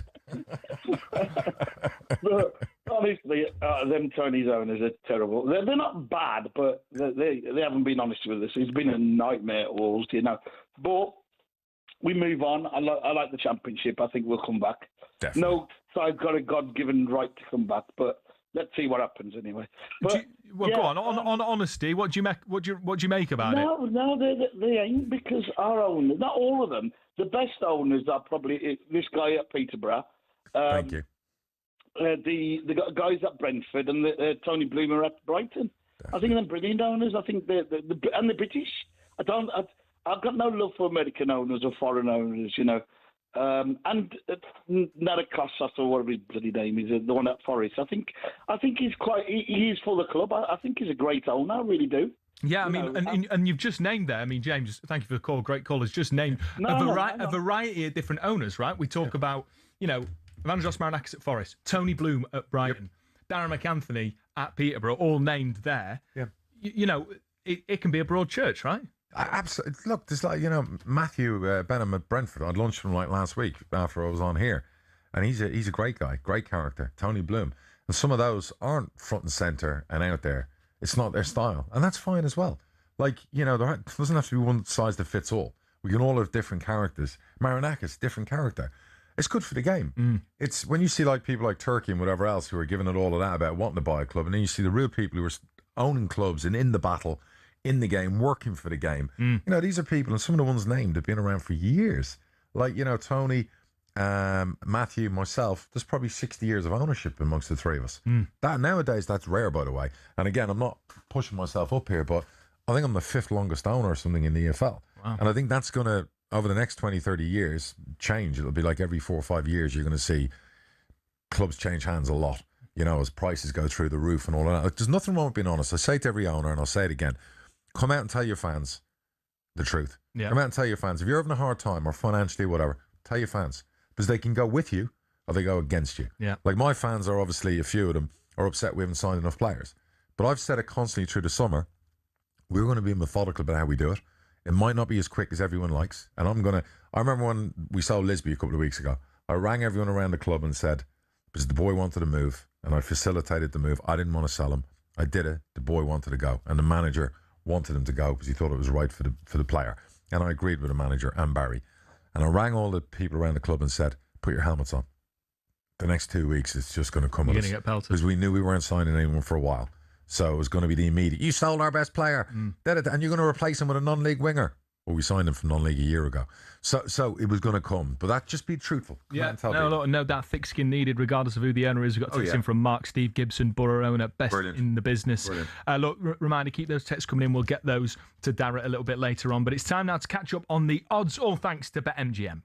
It's showtime on talkSPORT with BetMGM. We're ready for the action. Are you? Visit betmgm.co.uk or download the app. 18 plus. Gambleaware.org. Sean Martin is back with us from BetMGM to look at today's top sporting events and discuss the latest odds. Talk to us, Sean, about the Carabao Cup draw. Darragh didn't hide his feelings about being a little bit disappointed he didn't get the Chelsea or Spurs. He's got a trip to Vicarage Road. What are the odds saying? Yeah, morning, boys. Draw all done and dusted last night. A few big ties there to note. The southern section, you've got Southampton, West Ham, Chelsea, Luton, Spurs, Charlton. And yeah, Darragh, I mean, your boys obviously done the business at the weekend away to Bristol Rovers. I know they're a division below, but I had a wee look. They ended last season with 9 wins from 10 at home. So it's not to be sniffed at going there and winning to nil. Watford next up for you guys, as you say. Up in the northern section, Newcastle versus West Brom stands out, but more than that, I think it's the only all Premier League tie around, Max. Nottingham Forest welcome Leeds to the City Ground. I heard you on with my my colleague Dan Towse on Friday. 3 seasons in a row finishing 10th aside. I know it's a tricky draw this early, but given you've no Europe, you must harbour some ambitions to maybe land a wee cup win this season. Maybe you're around 33-1 or so for this one. Would you reckon? Well, look, I mean, with Oliver Glasner in the seat and what he's done at Crystal Palace, you'd kind of think that can you be you can't be supremely confident that you're going to win a trophy, but with someone like Glasner in the seat who's a serial winner, maybe we can go a step further. 33-1. Yeah. I mean, a couple of years ago under Nuno, we're in the semi-final of an FA Cup, came up short against... He ain't getting paid 16-odd million a year to come in and not win trophies. So that's going to be interesting. So look, I would take it, Dan. I mean, I've not seen the best I've ever seen Forest win something is the playoffs in a championship. Best day of my life. So yeah, I'm quietly confident, but I think you can't be too confident when there's the likes of City, Chelsea, Spurs spending all of this money. They're going to be going big for these cup competitions as well, Dan. Of course. Talk to us about League One, though. Darragh's in the seat. What are the odds on the Posh getting promoted? Long. I bet it'll be long. It's good. Yeah, but I mean, it all gets underway on Saturday. In the market, it does suggest there's an undoubted favourite for the title in Leicester. Russell Martin, who we briefly mentioned yesterday, of course, lads, now in charge at the King Power. He got Southampton promoted to the Premier League a couple of years back and is 9-4 to win the title and 6-5 to finish in the top 2. Sheffield Wednesday are 6-1 second favourites for the title. No financial restrictions this time. And Barry Bannon, also back at Hillsborough into the bargain. He's been in the League One team of the season a couple of times before. Luton, next best at 7s. Finished just a point outside the playoffs last season and won the EFL trophy under Jack Wilshere. At some point, he's going to go up against his former Arsenal teammate Aaron Ramsey because he's taken over at Oxford. They were relegated from the Championship but not expected to bounce straight back up. You're looking at 25-1 for a title win and just 7-2 to actually go down for a second successive season. AFC Wimbledon and Bromley both just over even money favourites, if you can use that word for that particular outcome this season. And you had Darragh, Peterborough 16-5, so just over 3-1 for an opening day win at Bradford on Saturday. But looking kind of more top level at it, what do you want to see from your team this season in terms of league finish? Is it promotion as Matt's put out there? No, absolutely. I know everyone's writing us off already because we've had a couple of sticky seasons, but we like to, under me, we've always eaten at the top table the majority of the time there. And I've actually taken the bookies without illegally betting. You're allowed to take insurance for bonuses. And in the past, I've put 100 grand down on certain parameters to get us back bonus money at the end of it, because we paid $1 million in bonuses on promotion. So you can take insurance against that legally. It's almost like a form of gambling betting, but it's a legal way of doing it. And we've basically, I think this year, the quote we got from the company was the longest odds we've had in a while. So I get people aren't seeing us as favourites for that end of the table or whatever. We've got some business to do. We'll be there. As well, just with League One, I mean, Sean mentioned Sheffield Wednesday there. Yep. We've spoken before about the admiration we've got for the club. You've spoken about the relationship you've had with their new owner. How much of a difficult task is it going to be to bring them straight back up with the work that needs to be done? Yeah, they've got a lot, obviously, they still don't have enough players, I'd imagine. I think they're like everyone else. Here's the really funny thing. We've got 2.5 weeks, 3 weeks left in the window, and 99% of clubs, including Leicester probably, will come out and say, we haven't got enough players yet. The squads we got now aren't the squads we want to finish the window with. So it always amazed me with the bookies coming out with odds right now, because it's amazing how different a squad for a football team can look in the space of 2 weeks. Well, look, on that, Sean, in terms of latest transfers, we heard from Ben Jacobs earlier, whether it's Rodri to Barcelona, etc. What are the odds suggesting about some of the movers and shakers in the rest of this transfer window? Just to cap that one off, 12-1, by the way, Peterborough to be promoted. So, it's decent. It's worth 10 grand. if I was a betting man. But yeah, I mean, the transfer odds markets right now anyway, it suggests maybe there's change coming in both Chelsea and Man City midfields.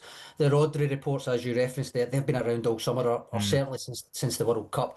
Now, yesterday he was into 6-1 on to go to Barcelona, having been odds on at one point to go to Real Madrid a few weeks back.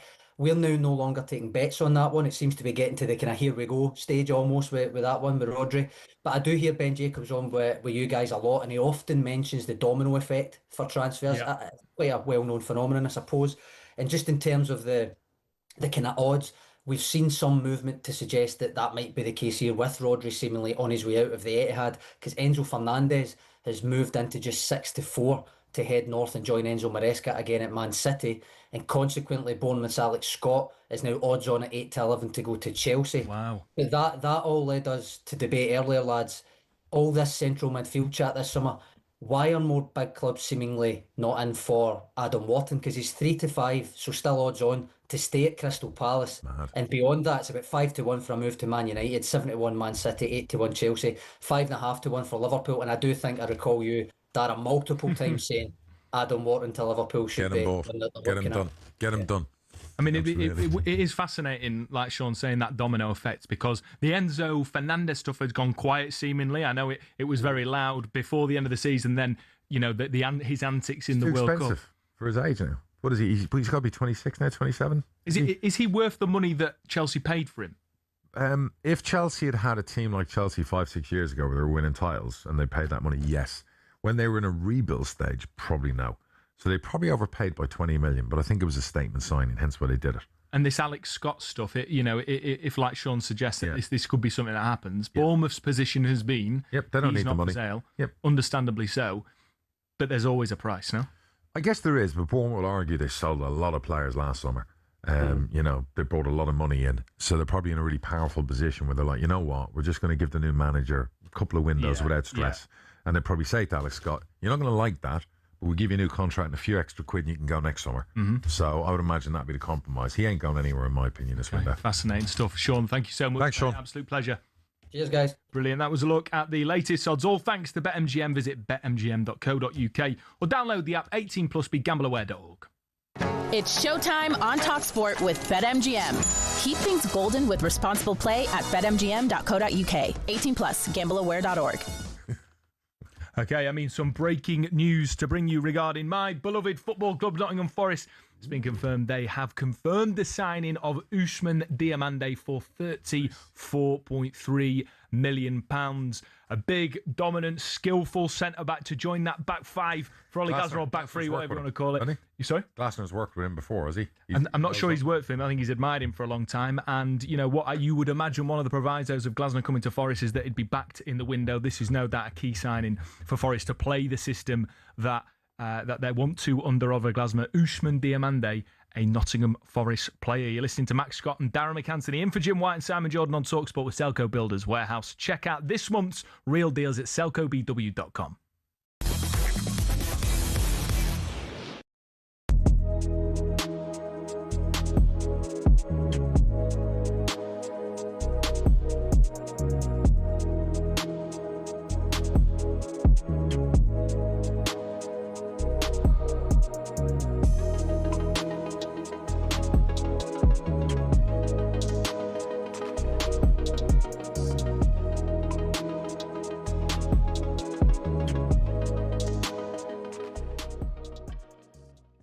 I know Salah didn't play as much last season, but to not have Mo Salah, you know, your talisman, like, who's going to take that now? Isak should, but he's right to call it there, Egan. His injury record is horrendous.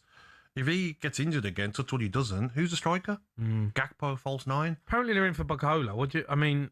I like him. I think he's top player. Do you think he's a £130 million player? Well, if Elliot Anderson's 10, how much they pay for it? 110. Morgan Rogers, your mate, has gone to 117. 117 million. I know. Like Bacola, crazy, isn't it? of course, PSG are going to say, well, all right, he's 130 million. He won the Champions League, playing the World Cup. But if you're Liverpool, is that exactly what you need off that left hand side? Probably not. They need a replacement for Salah. They need goals. Yeah, they need goals. Do you know what I mean? Barcola I agree. I love watching him. I feel like if I was a right back, I wouldn't sleep the night before playing against him. He's rapid. He's 6'2", wherever he is, long stride, quick, but he's not a finisher. The amount of times I've watched him and he's gone through one goal and he'll make the wrong pass and finishes are a bit wild and doesn't finish chances he should do. Liverpool need to be bringing in a winger who's going to get goals, because you can't rely on Isak. You can't. You should be able to. Wirtz isn't a goal scorer. You spent over 100 million for Wirtz, and he's not a goal scorer, mate. It feels like it's a bit of a mess. McAllister wasn't good last season. How's he going to come back after the World Cup? Zoboszlai is obviously a fantastic player. Gravenberch needed some help last season in that number 6 as well. I just can't believe that Liverpool, we're saying, Champions League. Yeah, we'd take Champions League. I agree. Their fans won't like it.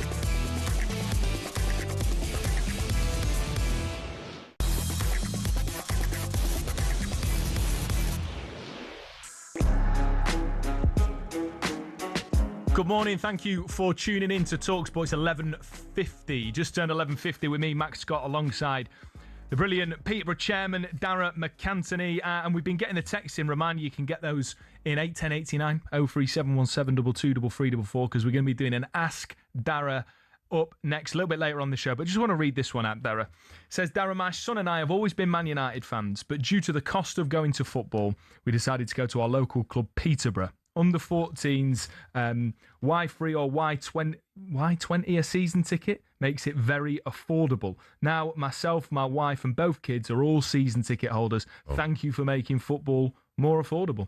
Oh, I appreciate that. And a big thanks to my wife for writing that in from Orlando, Florida this morning. No, but in all seriousness, genuinely, I love seeing things like that because that's a new family we've just attracted. Yeah. So, and they probably moved to Peterborough where Man United fans work there. And we have like thousands of fans like that we're trying to get to. So to hear messages like that, much love and appreciation for the sport. Yeah, thank you for the text. Brilliant. Right, we're going to be moving on to a little bit of talk about Manchester City because there's been some fascinating lines coming out from the Manchester City camp under Enzo Maresca. I want to start with the question, should players be doing more media than they already do or less? Darragh, you are a Premier League owner in the media. How would you feel about me doing 3 hours with Harry Leonard? Would you welcome that? Yeah, no problem. No problem. I think a big problem with modern day society is a lot of the younger players and players nowadays are frightened of the questions they might get asked. There's so many political subjects being brought into football. I think players are just straight away on their guard. And if players may be afraid of that because they've seen some of the climate that we've seen on social media and how judgmental people can get and the labels people can be targeted for. I don't want any of that. They're not frightened of fans necessarily. They're frightened of journalists misquoting them. It just takes one misquote and your life is over, your career is over. Or it takes a clip, something clipped out of context. Anything. Someone could be asking the player about BLM. They could be asking the player about rainbow things for the captains. They could be asking them about any new thing that's an initiative. And one player mistake, or one thing the wrong way, the wrong look. So there's a bit of that in there. I encourage all players to get some media help with inside a football club. We provide it, for our players. And I love players being honest. Do you think players can be too over media trained though? Because they're trotting out the same line. The lads gave it their all. I'm talking about media training and the stuff I just talked about. Okay. Not on being themselves, not about talking about their families. We do an uncut thing with our players during pre-season where our media walk around the pitch with them. And it's not about the game. They're talking about life. They're talking about your career. They're talking about, good things, bad things, your wife, your family, your mom and your dad. And I think fans don't see enough of that because people want to relate to you. They want to know who you are. They want to know your background. They want to know that not everything's perfect in your life like everyone thinks with a footballer. You're just like the fan who pays 30 quid for a ticket. He's me, I'm you, we're all the same. So when are you going to bring a player on? When are you going to get your star striker Harry Leonard? You bring him on talkSPORT with you for an hour? I could bring him on talkSPORT. Harry, you do it, no problem. Would be up for it? Yeah, I'd definitely be up for it. Look, he's the next superstar of the League One. And the one thing about him is he's such a he's just a lovely guy.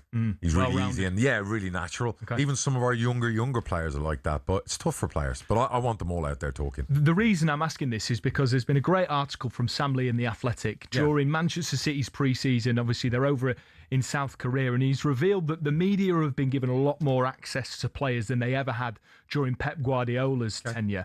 And he sort of writes about how during Guardiola's reign, and I'm not taking away from that, by the way, before City fans, incredible, one of the best ever. He says staff facilitated interviews by stealth. And the chief reason for that is because Guardiola's right-hand man, Manuel Estiare, who has now since departed, ensured that players were off limits, protected, watching over interviews, etc. Do you think there's a little bit too much of that in the top tier of the game? I do, and I think it's a little bit too controlled. And again, like I said to you, it doesn't allow you to meet your favourite players properly. You don't get to see their personalities and characters. I grew up, watching Liverpool in the 80s and 90s, and you'd see interviews and you'd see players, what they were like socially. And it was great. You got to witness and experience those people. Nowadays, it's very difficult. I see Virgil van Dijk giving interviews. He's brilliant at them. He's almost very robotic in how he does it. You'd like a little bit more, not fluff pieces, but stuff behind the scenes a bit more. So I do think the young players now, their agents and their clubs are a little bit too controlling, and I'd like them to flip it and go, well, actually, I want people to know the real me. Now, look, as primarily a football fan, I love hearing or feeling like you kind of get to know players or players, or certainly players being themselves, right? And I've had the pleasure of meeting some of the players at my football club just through the job that I do. However, there is also an argument that players want a bit of privacy. Yeah, I get that. And every individual's different. And you look at Ben White, who's got a lot of flack over the years for, but he seems to be quite a private person. We and had if him. he doesn't want We to had him for a year. And so there has to be an element of respecting that, though. We can't just necessarily trot players out and say, right, you need to go and do 15 minutes with everyone who wants to speak to you. I get it. Whether you're an actor or a sports person, it's like your privacy isn't your own. People feel like they can take selfies, they can do whatever. It's up to you to say yes or no. But I feel they're privileged. Being in that position, you are privileged. Yes, you've worked hard to be in the position, but you're privileged that 99% of the people around you don't get to play that game or act in that movie. And sometimes you have to be aware of that. And, as much as you want privacy or whatever, this is the life you lead. And this is the life you chose and the life you want. So where do you stand on the narrative of players have a responsibility, they are role models to young people? Where do you stand on that? I stand on that they should be respectful to young people, but the role model thing is overplayed. Yeah. Because none of us are perfect. Mm-hmm. Young people are not perfect. They are going to make loads of mistakes. And the idea that someone who's 21, 22, 23 makes a mistake, gambles illegally, gets banned for it, makes a mistake by saying something they shouldn't, put a video up from when they were 18, that because they're this role model that they should be cancelled or they should be vilified. I don't agree with that, because they're like everyone else. We are all human beings. We are all the same, except you're a footballer and I'm not, or whatever. So we go OTT sometimes with that whole line of, well, you're a role model and you got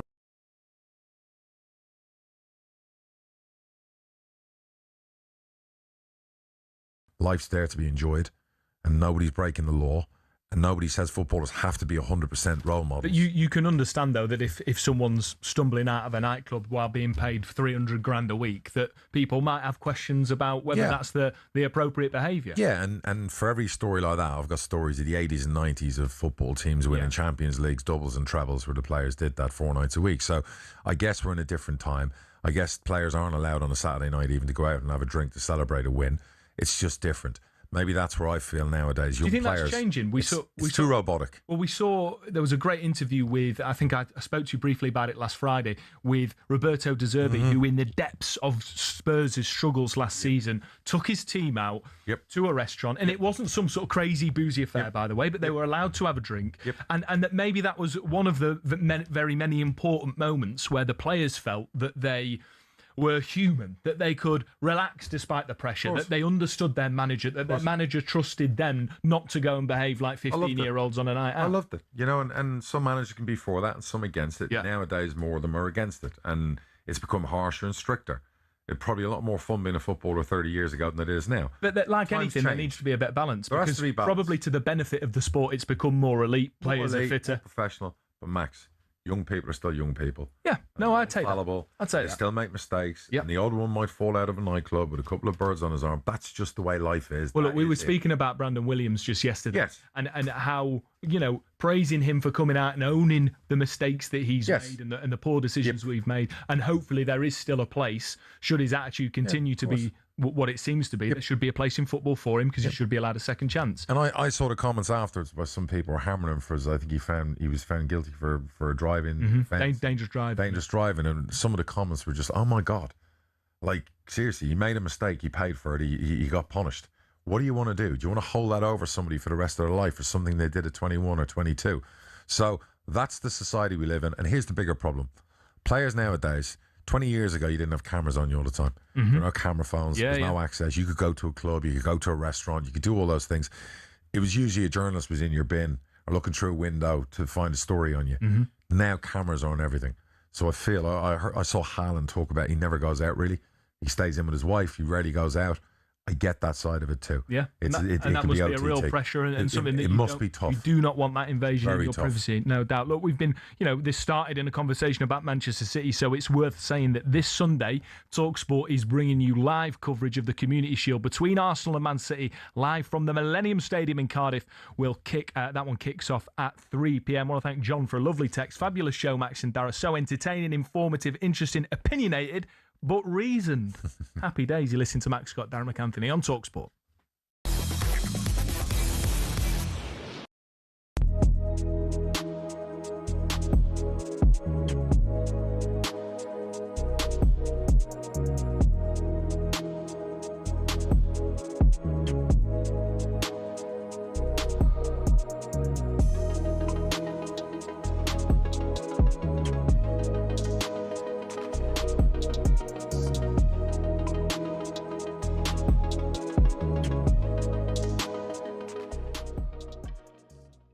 I've been watching Chelsea pre-season. I'm making a statement now.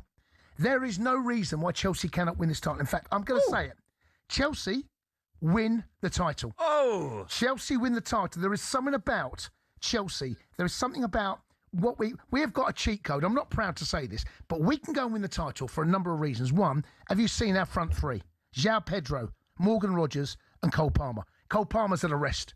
He's been absolutely flogged. João Pedro's had a rest. Our midfield, the recruitment at the back, looks like almost certainly we're going to be playing a three at the back with someone called Xabi Alonso that knows how to win a title. One game a week. We saw how beneficial that can be when Conte took over Chelsea. Went to three at the back. Chelsea win the title. History is going to repeat itself. No, I never go out on a limb and talk like this about Chelsea. I said Arsenal win the title for the last 3 seasons, and eventually they did. I'm going Chelsea. You Gooners, you should be fearful of Chelsea. Yes, you're favourites, and I get it. And you've got an unbelievable team, and you've proven why you're the title holders because you deserve it. But I've got to tell you, there's a cheat code, and that cheat code is Chelsea playing 1 game a week, and we have a manager in Xabi Alonso who knows how to win a title. There are only 2 managers that can win this title that have won a title in the past, and that's Xabi Alonso and Mikel Arteta. Liverpool, new manager. Andoni Iraola doesn't know how to win a title. Spurs, De Zerbi. What's De Zerbi won? What's he won? Where's the noise? He's annoyed. There we go. There we go. There you go. Carrick. What's he won? There you go. There we go.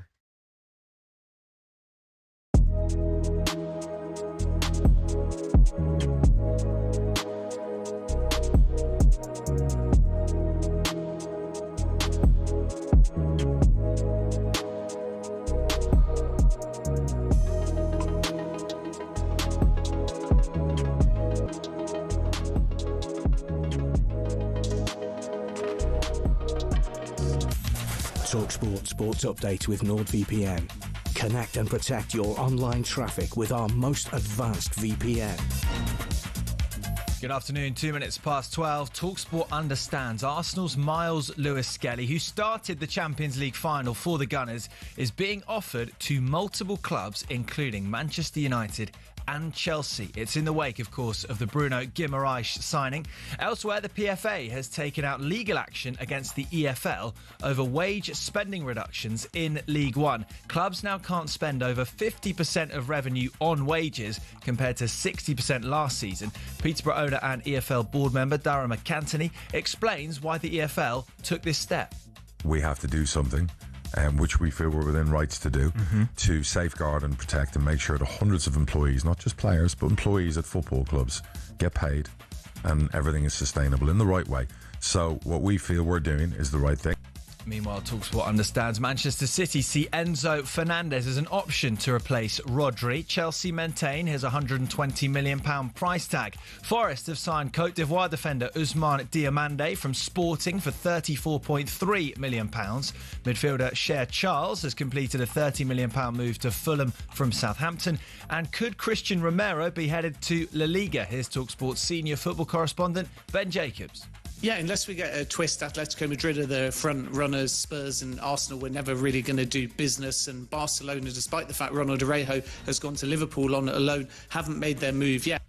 So reckons a bid could come in as soon as today. Elsewhere, Barry Bannon has told us there's a completely different feel around Sheffield Wednesday now that Chansiri's gone and the new owner's in place. He's done amazing in his short space of time of being in here. There's been a lot of change. But you can just see around the city that the positivity's back now, and once you get the fans and the ownership and stuff on board with each other, it's going to be a really, really strong club. Get more as ever at talksport.com. talkSPORT News. Andy Burnham says his team is in touch with the family of PC Harper as the PM looks to keep his killers in prison. And temperatures of 38 degrees on Thursday. Sinead has more at past. talkSPORT weather with QuickFit. With over 600 centres across the UK, most of which open 7 days a week, we're always there when you need us. QuickFit. Drive away happy every time. A dry and sunny day for most with light winds. Cloudier in the northwest of Scotland with some outbreaks of light rain.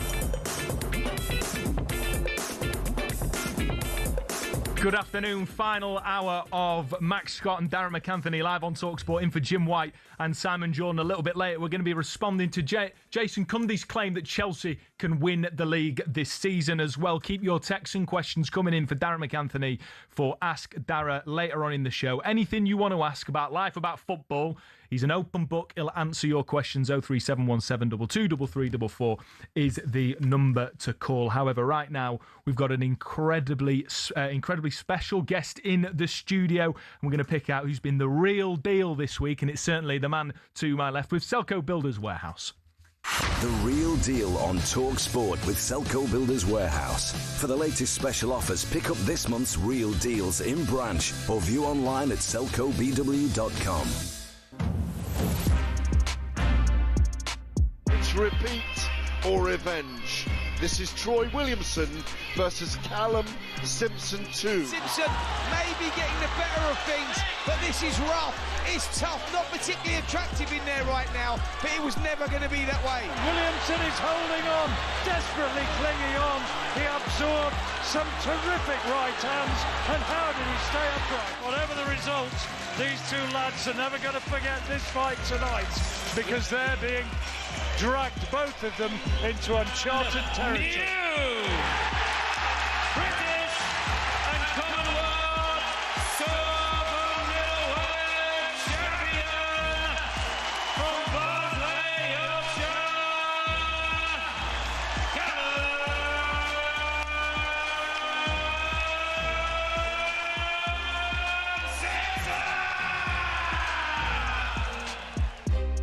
Yeah, that's right. Live on talkSPORT, Callum Simpson reclaimed the British and Commonwealth Super Middleweight titles after earning a unanimous decision in his rematch with Troy Williamson. The impressive Simpson avenged the only loss of his career when Williamson upset the odds to stop him in the 10th round in December. The English pair put out another thrilling contest in Leeds, as you've just heard the highlights there, which the judges scored 1-16, 1-12, 1-17, 1-12, 1-15, 1-13 in Simpson's favour. And I'm delighted to say he has joined us in the studio. Callum Simpson, congratulations on an unbelievable performance. How are you feeling? Thank you very much. I'm a little bit sore, a bit tired, but no, feeling great, mate. I feel a lot better now than I did after the first fight. Let's just say that. But now, feeling great, mate.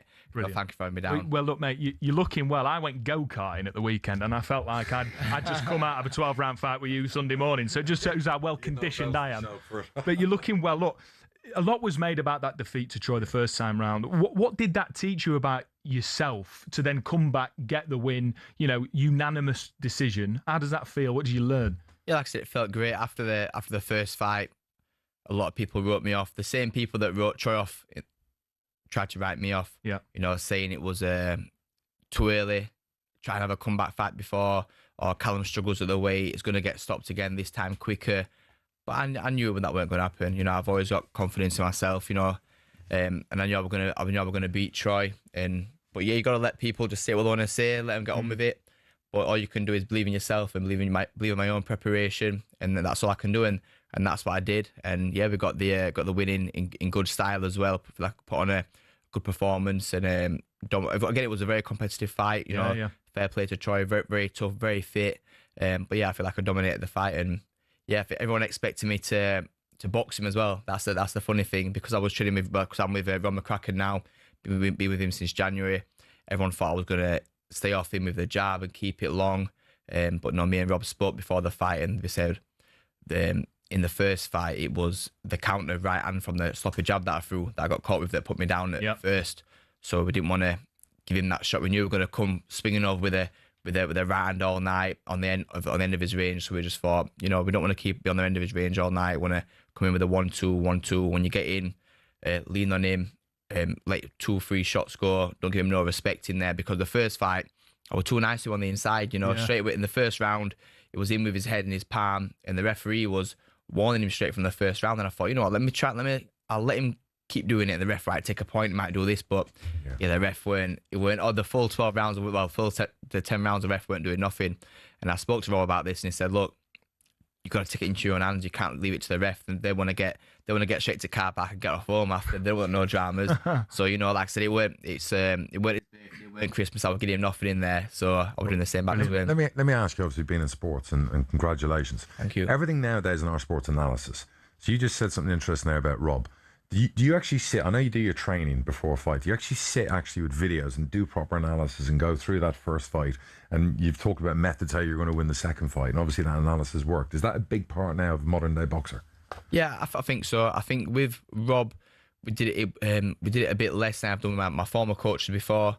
But the first fight with Troy, it wasn't something that needed to be properly analysed. It was something that it was just a few simple mistakes that I made the first time. One of them was holding my feet, staying there for too long, letting him throw the body and the big round over the top. I was just kind of holding my feet. It was more me giving him the shots. Yeah. And on the inside, way too wide with my shots, throwing way too many shots that I need to be throwing. Just a few little adjustments that needed to be made. So it wasn't a case of analysing it, because we've done it before with other former opponents where we've analysed what they do well, what they don't do well, what they think they'll try and do against me, try and second guess their strategy. And I actually used one of the Barnsley, obviously Barnsley FC, their analyst team.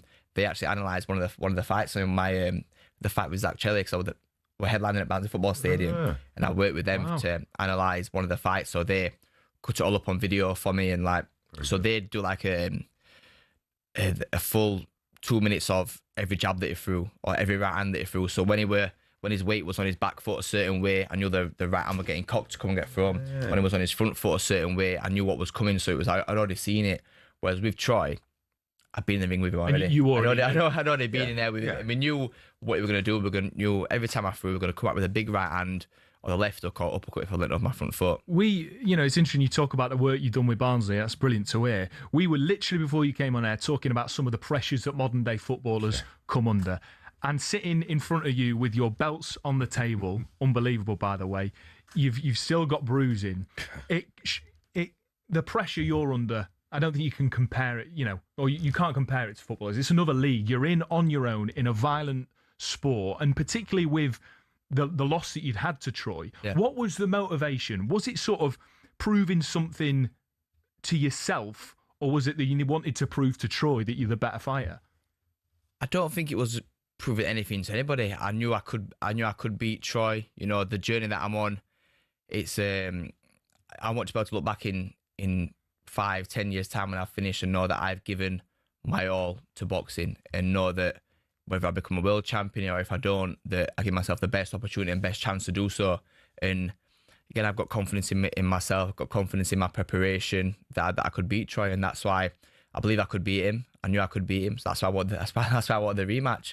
And I owe it to myself, to my friends, family, my support to get that win back. And again, when you talk about pressure, I think everyone's different. Whether it's football, you've got a lot of other people to kind of rely on, but in boxing, there's only you in there. Lonely. There's only you in there. You can have the best team, the best people around you, but only you know if you put the work in or not. And I know whenever I get in that ring, I've put the work in, whether it's from nutrition, my S&C, my boxing.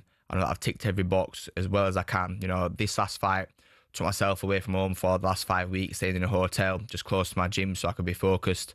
And just locked in, you could say, and give myself the best opportunity. So if I did lose that fight, there's nothing more I could have done to give myself the best opportunity for that. Yeah, without a doubt. Look, this has been a rivalry with Troy, which has, got the eyes and the attention of boxing fans. We talk a lot about in football about rivalries. Has it made you a better fighter that you've gone through? That previous loss was unexpected, but do you think that actually you'll look back now, having come through that, and think that's made me a stronger fighter? Definitely, mate. I think that that loss, my manager was saying that loss with the making of you, with the making, and he was like, you got to, it might be a blessing in disguise. And I wouldn't say it was a blessing in disguise, but you got to take the positives from it. And I think that if I'd beat Troy, I might have carried on doing making the same mistakes I used to make, and then come unstuck against somebody else. Could have been a worse knockout. I might not have had the rematch, but with this loss, I lost against Troy, was able to sit back, reflect, and when you lose, you can either sit and feel sorry for yourself or you can learn from it. And I decided to take a step back, look at the mistakes I was making.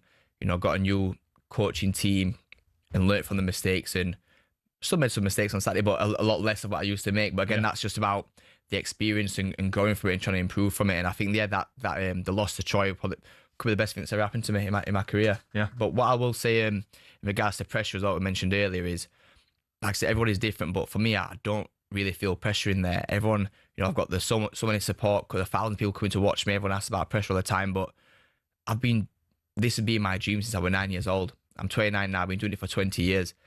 If you told me at 9 or any age that I'd be headlining football stadiums, headlining on, Sky, DAZN, BBC, headlining Leeds Arena, where I've been to watch Drake at Leeds Arena, I've been, watching Josh Warrington there, like Kelbrook at the Sheffield Arena, that I'd be doing that. I'm living my dream. So why am I gonna put myself in a place where I feel pressure? I'm scared to do this, and I train way too hard to be not to be confident and make sure I'm fully prepared. And like I said, I live in my dream. I've got an amazing support base, family, everyone around me. So yeah, it's a privilege, not a pressure. It's a privilege. Yeah, it's amazing. Do you and Troy go again? That's a fight that can happen down the line. I think the rematch only happened because it was contracted to happen. Mm-hmm. He did everything he wanted to try and get out with the rematch. He announced it was on a different show. He announced other fights. He announced a fight for a world title. His lawyers got involved. Matchroom were trying to get out of the fight. They did everything they could not to rematch me.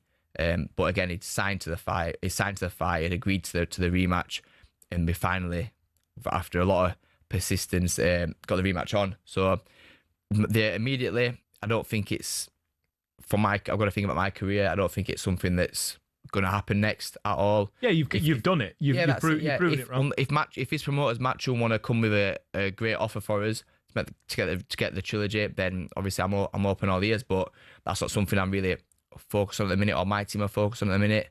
Probably we want to move on and push on to bigger and better things. Well, what is that? You're the British Commonwealth super middleweight champion. What's next for you? What's the dream for Callum Simpson moving forward? The dream and what's next could be two different things. I'm not too sure, but what's next for me, I'm not sure. I spoke to a manager earlier. I'm meeting Boxer and manager later on this week to go through the options, what's available. But there could be anything, whether it's a defence of the British or go to the European again, or whether it's a world title or world title eliminator. I think that how I am commercially as well, in terms of, I've got the amazing support. We can do arenas, we can do stadiums. We've got so many different. Talk about stadiums. Oakwell, yeah, we've been there for the British. Canelo at Oakwell, I'm hearing. Canelo at Oakwell. Might be Hamza Shiraz at Oakwell. He's the one that's got Canelo. Hasn't got the titles anymore. If we do Oakwell, it'd have to be summer. So that would be a huge fight. We've done the British there, we've done the European. I want to go back for a world title, 100%. But that's only available between June and August. One fight you can take right now. What is it? You're guaranteed to get it. So what is the fight that you want? It'll be Hamza Shiraz for the world title. Okay. That's the only one that I would really want. Everything else, I'm in a position now where I'm 29. I'm still young enough. I'm still learning. I'm not the finished product. It's my first camp with Rob. Again, we've learned a lot. There's still a lot more to improve on.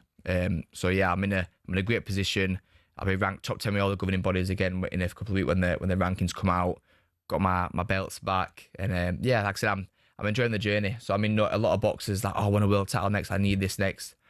I know it'll come. The world title will come. Even my first 10 pro fights, I was still working full time on them 10 pro fights. People were saying, when you see so and so headlining, or you see them on, you'll beat them. What do you think? Do you not get jealous? I'm like, no, I'm in my own lane. I know that I'll get there someday. I just got to keep doing what I'm doing, keep working on myself, and here I am.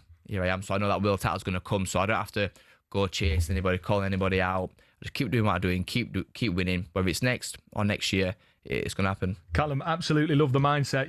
Darragh and I talk about, sometimes lament the attitudes of modern day footballers, and it's just incomparable to you and the hard work you put in. You're in there alone. You've come, not against the odds, but you've, some demons there in a fight you've lost. You've gone and done it, and now you're looking for that world title fight or eliminate a fight. And I think well deserved, mate. So good luck. Good luck in the future. We'll be looking out. Thank you, mate. No, I appreciate it. And that's just to anybody as well, whether it's boxing or whatever it is. People, like I said, I got stopped in the 10th in front of thousands of my home crowd. Everybody ripped me off. The thought I were down and out. But like I say, it's not about the knockbacks, the setbacks, it's how you come back and learning from it. So whatever it is in life you're going through, you got to just stay strong, challenge it head on, and you get through it. We're all strong enough to get through it. Callum Simpson, British and Commonwealth champion in the studio. Absolute pleasure, mate. Thank you so much. That was our pick for this week's Real Deal with Selco Builders Warehouse. For the latest special offers, pick up this month's Real Deals in a branch or view online at selcobw.com. The Real Deal on talkSPORT with Selco Builders Warehouse. Check out this month's Real Deals at selcobw.com.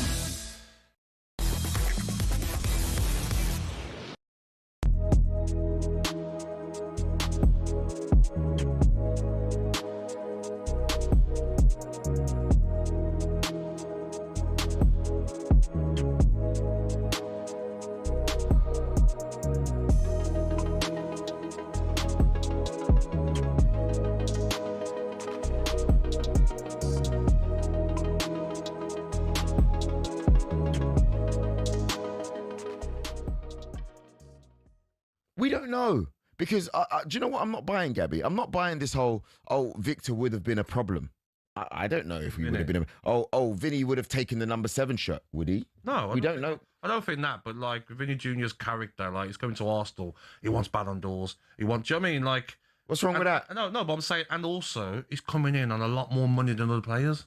If you're Saka and Rice and Ryan and Gabriel and Saliba, and he's coming in, well, what you're earning, massive causes. Well, if you've won a couple of Champions Leagues, right, and the league is running out your ears, then as far as the other players are concerned, that doesn't matter. Why not? Why does that not matter? They're the players who just won you the Premier League. But that's the player. But that's the marquee signing. Bruno G cannot be our marquee signing. He can't. We need a statement signing. That's what I would like. You don't need a statement signing. You don't need any particular signing. You'll win this Premier League without it. And people will say, strengthen from a position of strength. Well, just ask Liverpool fans what happened when they won the league, and they strengthened with people like Alexander Isak and Florian Wirtz. Do you know what my issue is that I do think we're going to win the league this year, and I think we're stronger. But I think of the fact that when you're in these kind of positions, like a Man City were when they first won the league, when they beat United on goal difference, you have to capitalise. You have to know that your future depends on this 2, 3, 4 year period.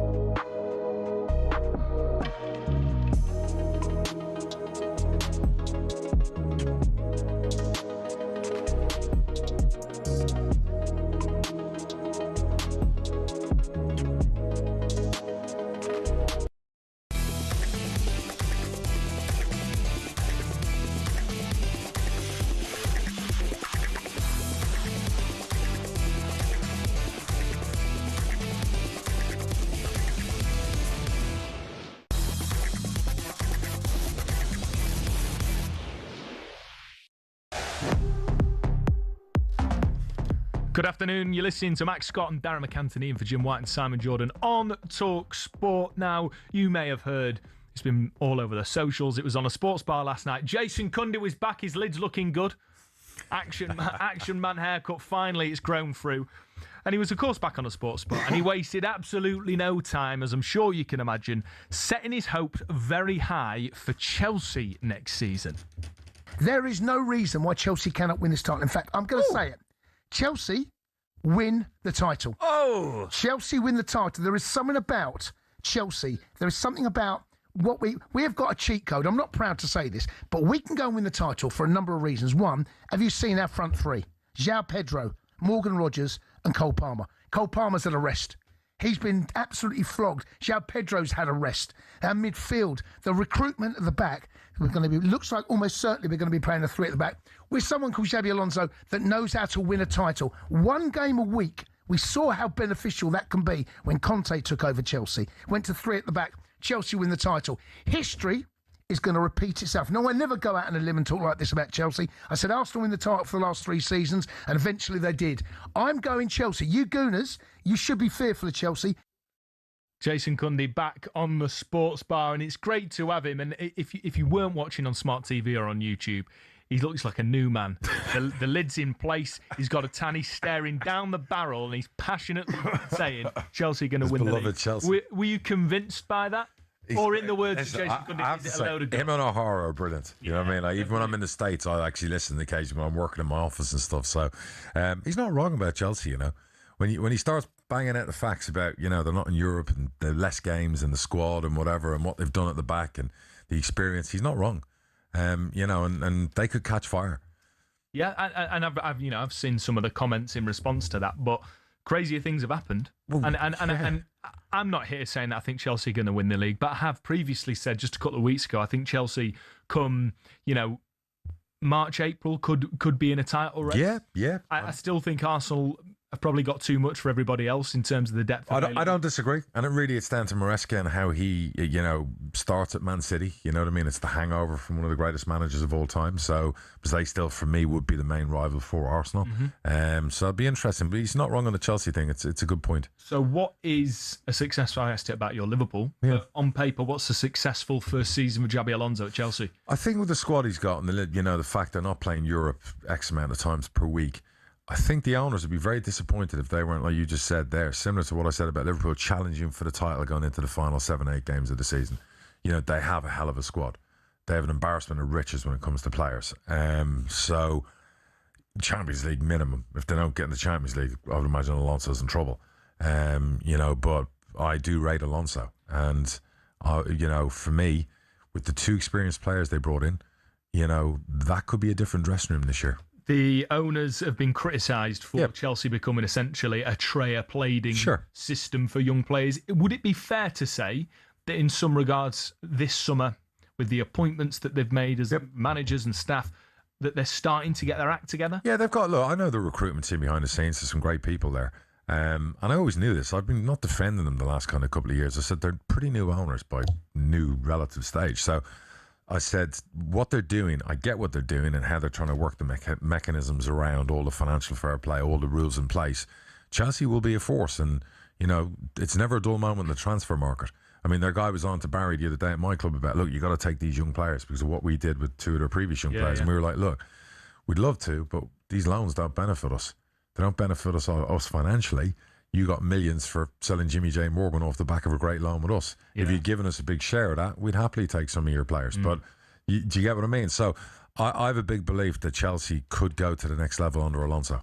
I really do rate him. I like him a lot. Absolutely. Well, look, just to be clear, up next we're going to be speaking about arguably Chelsea's greatest ever manager in Jose Mourinho. There is a documentary out regarding him. We're going to get into that. What this shows about the so-called special one. Is he still the special one? And some of the drama that we're seeing from this Netflix documentary. You're listening to Max Scott and Darragh MacAnthony. In for Jim White and Simon Jordan. Quickly a reminder, we'll end the show with Ask Darragh. Get your questions in 03717 223344.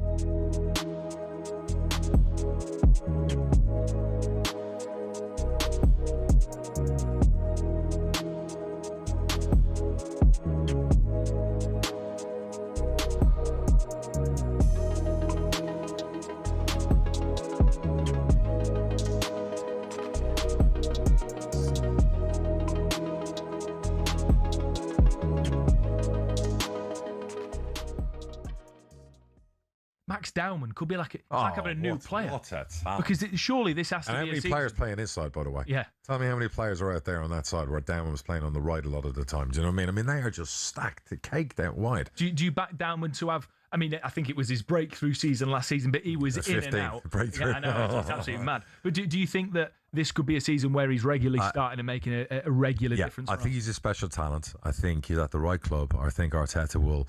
You know, they'll have a lot of games this year, and they've obviously, Champions League as usual. You'll see him more this season than last season.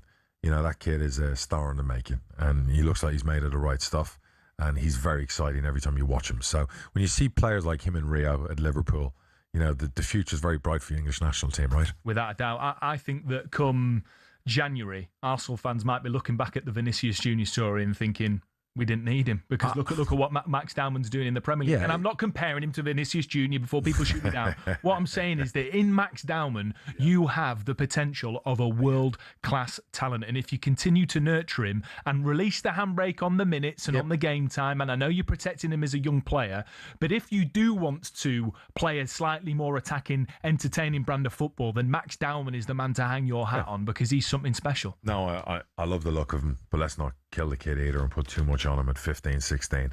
But they're stacked. I mean, I know everyone's worried about the left side, Martinelli, obviously Trossard's now gone and all those things, but I still look across their forward line and go, Arsenal could win the league again with what they've got.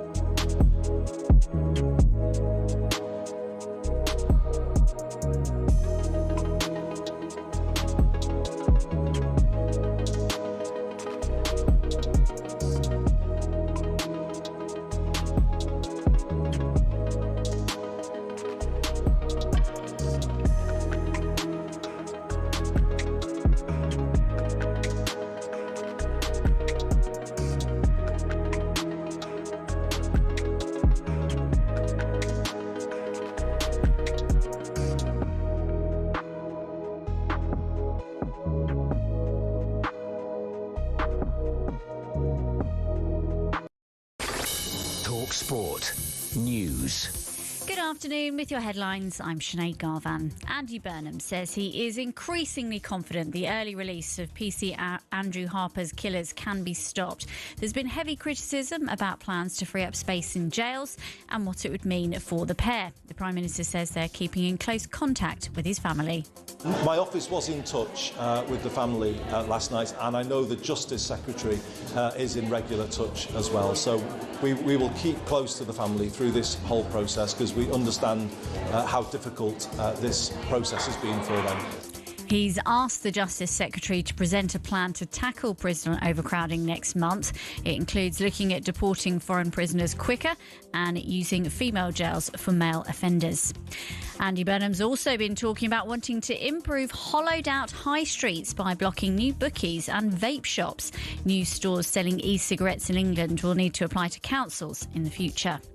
Temperatures could reach 38 degrees on Thursday in parts of the UK. It will affect the Midlands, Eastern and South East England. It will be the first time in history highs of 35 have been recorded in the UK for 4 consecutive months.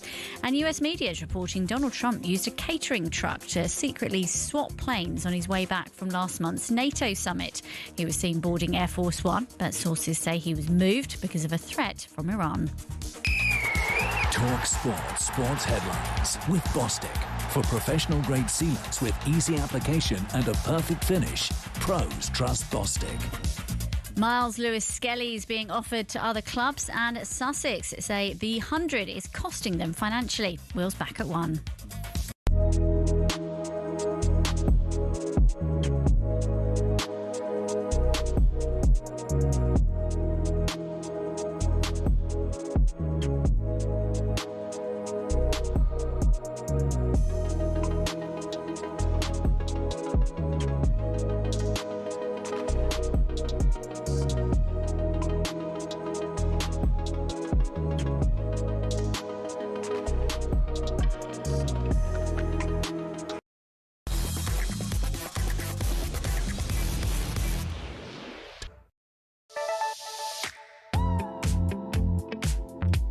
Good afternoon. Final 25 minutes of Max Scott and Darragh MacAnthony. We're, of course, sitting in for Jim and Simon here on talkSPORT. Thank you for joining us. Before the break, we said we'd speak about Jose Mourinho's documentary and some of the reaction to that. However, a bit of breaking news reaching us at talkSPORT regarding Arsenal.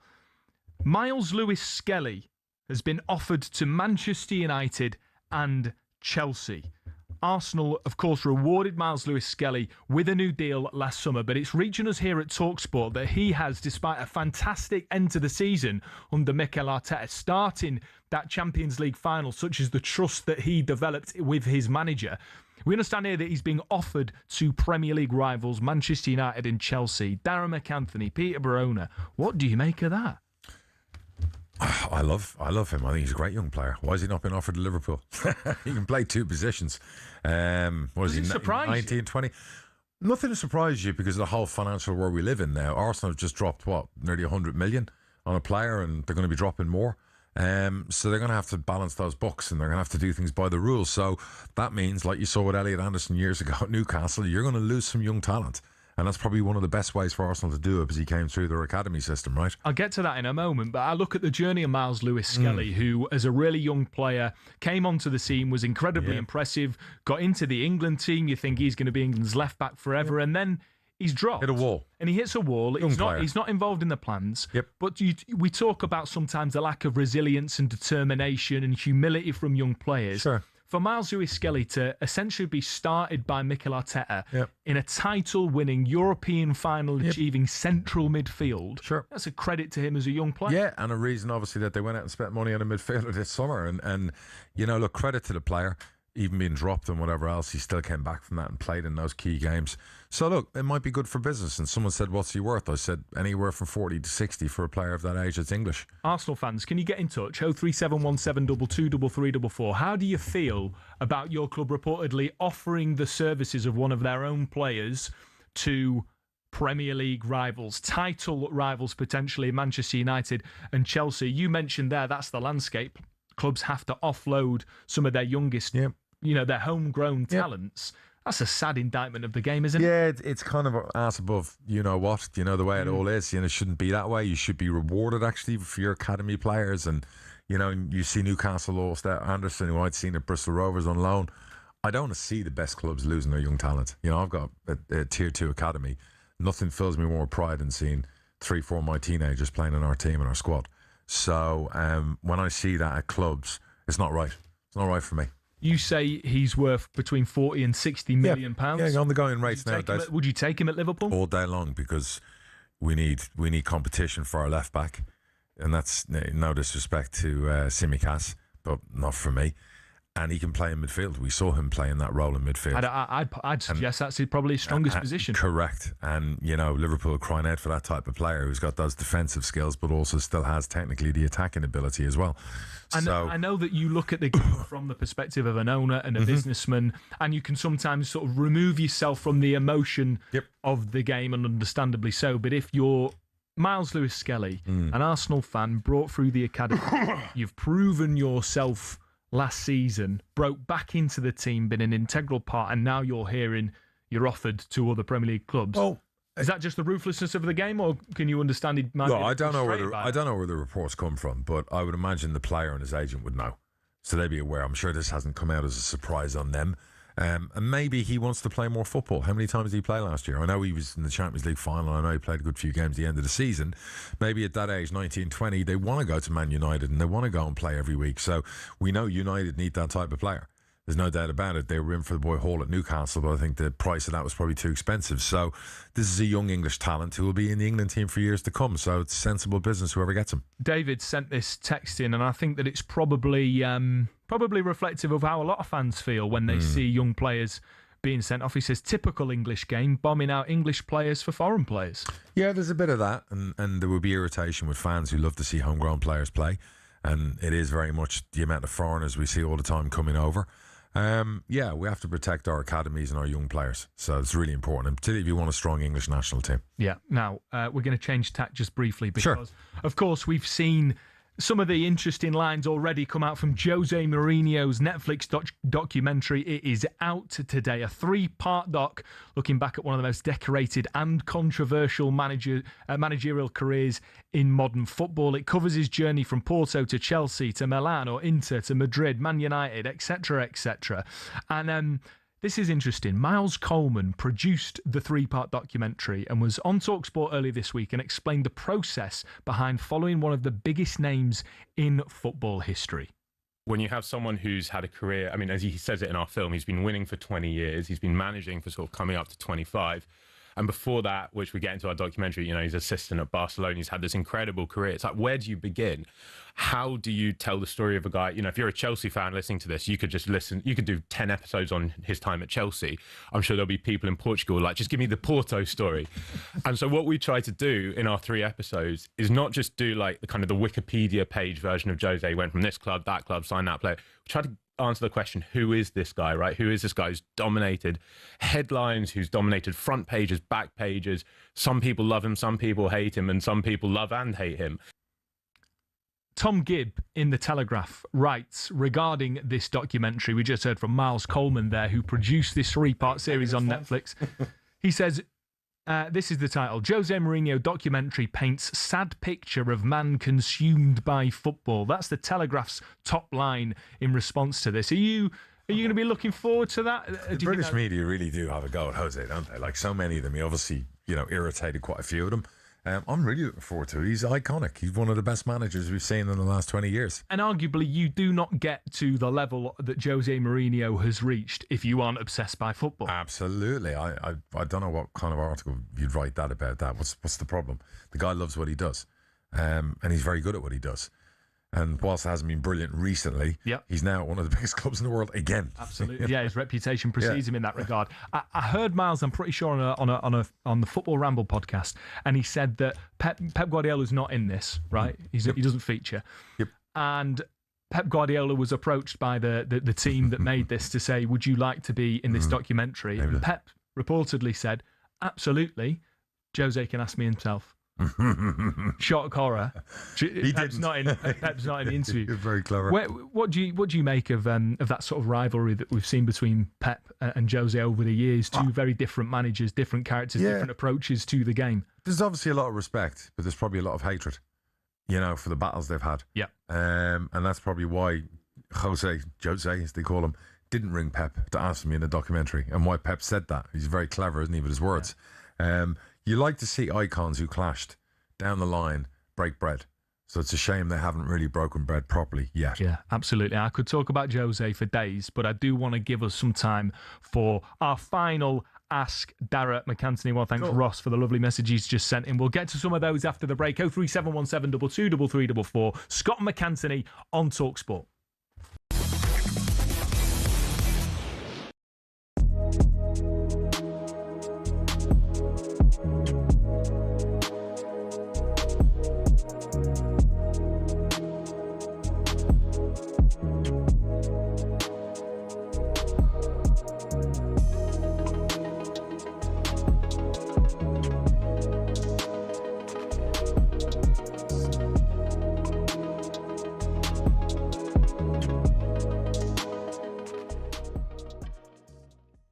Going on, mate? You got Champions League football. You're selling your best players. Absolute shambles. The financial fair play rule. Oh, Spurs off. You're not Spurs. Can we put some concerts in your stadium? Well, you know, look, you dig me out all the time last season about Spurs and Beyonce this and Beyonce that. Now it's helped you? Yeah, mate. We got the money. We got the cash. Yeah. Don't make me laugh. You're selling Morgan Rogers. We got no choice. 70 mil. We got no choice. You got Champions League football. What can you do though if the rules say you have to sell? Do you know what I mean? You have to sell. You should be banned from the Champions League. Okay, but you should be banned. Okay. You sold Tillmans. You sold Morgan Rogers. Constance wants to leave. You can't sell your 3 best players and then expect to be in the Champions League. You should be kicked out. We've signed some very good players as well. Manzambi from what's funny?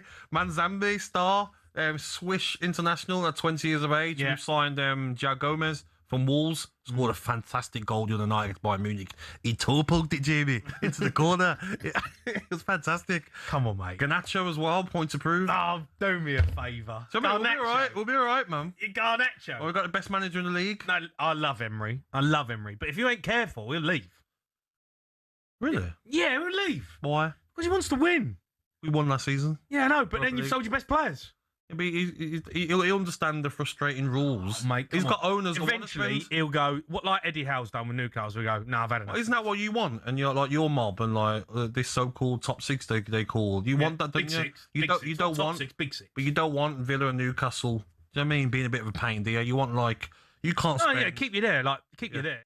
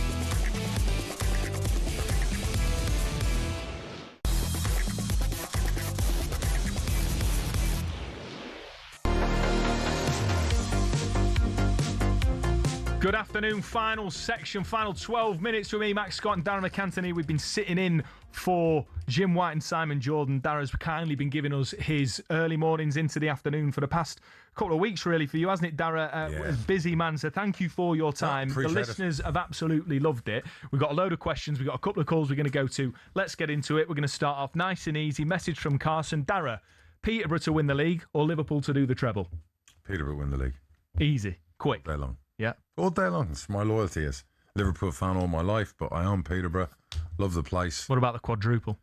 No, Peterborough win. Okay, quadruple and... No. Peterborough every day to win. And the Republic of Ireland win the World Cup. Listen, my life, my money, everything's gone into that football club. Two of my children weren't even born when I bought Peterborough. Yeah. And they're like now 20 and 18. So it's like, brilliant. you know. No, I don't blame you. Yeah. That's come across clear, the sort of time and the money and the passion you put into the club. So I'm sure Posh fans will appreciate that. But occasionally. We'll get back to some of your texts in a moment, but we have got a few calls. Tony, the Sheffield United fan, has got in touch. Tony, thanks so much. Good afternoon. What's your question for D-Mac? Hello, mate. Thanks for taking the call. Pleasure. First of all, I'd congratulate you for having Darragh on the show. It's been blessed fresh air. Thanks, Tony. Do you ever see the Championship becoming a Premier League too? It's a worry and a concern, you know, that you don't want that breakaway. Mm-hmm. So no, I don't. I think it was spoken about many years ago. I think now the big clubs in the Champ, the way the parachute payments are, there's no need for it. I think you look at the Championship, it's the 5th, 6th most followed league in the world. Yeah, it's incredible. So, yeah, hopefully not, Tony. Oh, okay. Thanks a lot, mate. Appreciate you. Darragh, All the thank best for the you season. For the call, we'll head back to the phone lines in a moment. If you want to get in touch, 03717 223344. But I've got a question here, and this is an interesting one. We've spoken a lot about the EFL and the Premier League and your perspective on that as an owner. We got a text that says, is there any value investing in the National League? We see it every year. Teams throw money for a season in hope for promotion and then suffer for seasons after if they don't succeed. Is there value in National League investment? From someone buying a National League club? Yeah, absolutely. Are you kidding me? When I bought Peterborough 20 years ago, the clubs that were beating Peterborough every week at the time were Hereford, Darlington, and probably about 4 other clubs that aren't in business anymore. And they had to go back down and start again, like Phoenix from the ashes, you know what I mean, down there. So there are some massive football clubs. And I look at Southend are in the National League. What are Southend doing in the National League now?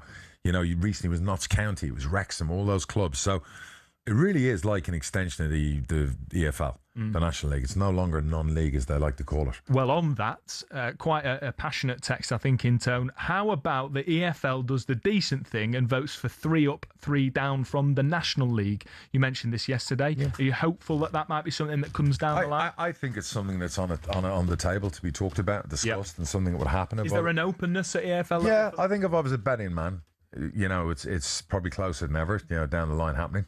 Okay, well, I'm sure that's good news to that text, and no name on that, but we're going to head back to the phone lines. Andy, the Spurs fan from Doncaster. Up the Donny, mate. I went to school up there. Absolutely love it. What's your question for Darragh? Hello, Darragh. Thanks for taking this call. Hey, Andy.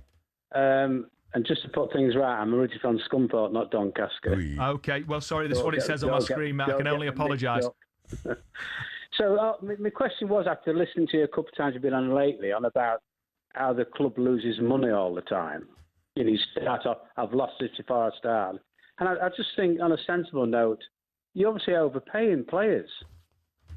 Well, that means... You know, I know I'm from an era when, you know, I read about the first £100,000 player and all this. They must be paying bloody groundsmen 100,000 these days. Oh, yeah. When you see footballers 100,000 a week and things like that, I think, what Egypt pays that sort of money? That's the game we're in, and you get left behind, obviously, if you don't try and keep up with the Joneses, and that's the battle for clubs the size of Peterborough every year when you're in a league with Leicester and Sheffield Wednesday. So, you know, you've got to go down a different route, because otherwise you will disappear into existence. But there's a fine line between overpaying, overextending yourself, and trying to be competitive. Some of our younger fans don't really appreciate that. Yeah. Older fans do. Yeah, no, I would agree with that. Raymond is a Leeds fan. Raymond, thanks so much for getting in touch. What's your question for Darragh? Hi, mate. Hey, Raymond. Yes, you're a breath of fresh air, buddy. I must say that. Thanks, pal. And I'm actually watching your club now. So the question is, why do you ever get to clubs like Leeds United and say, look, can we have a couple of your youngsters? Or are they too expensive for you to take on? We got some cracking youngsters. You do, to be fair, and look, I've always had a lot of respect for Leeds, because it's a magnificent football club. The problem we've got at the moment, my man, is that we don't really want to take youngsters on loan, particularly in the forward attacking areas. That's our bread and butter to pay our bills every year. We did it last year with a Chelsea boy. We got in on loan. He scored a load of goals. They sold him for millions. We got nothing. If we'd had our own player do that last year, we'd be in a much stronger position now. So I don't mind the odd defender on loan. I just don't love it in attacking areas. But listen, go Leeds this season. I hope they have a fantastic season. Okay, a couple of great questions we've had in. Great show, by the way. Really enjoyed Darren being on. Question for Darren. Call me Big D. It's Darren.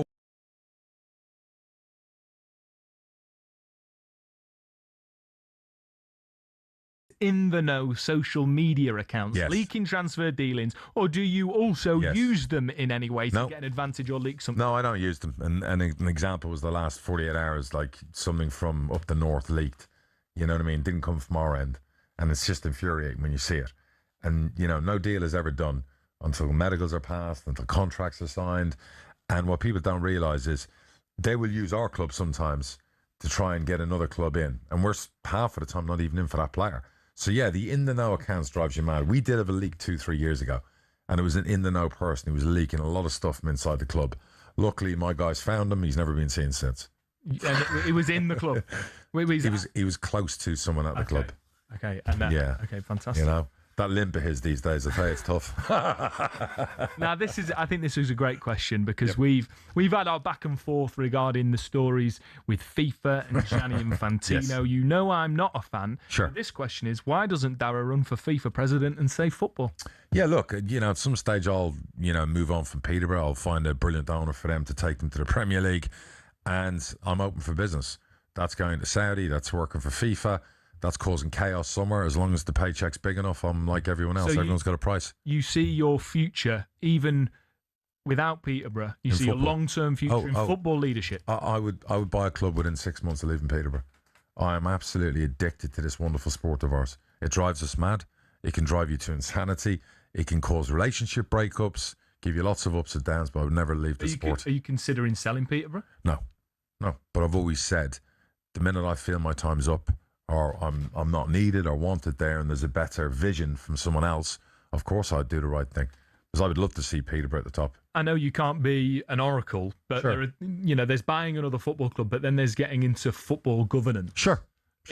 Either of them appeal to you? Yeah, one or more? either one's fine. Look, I'm not the type of guy that would retire.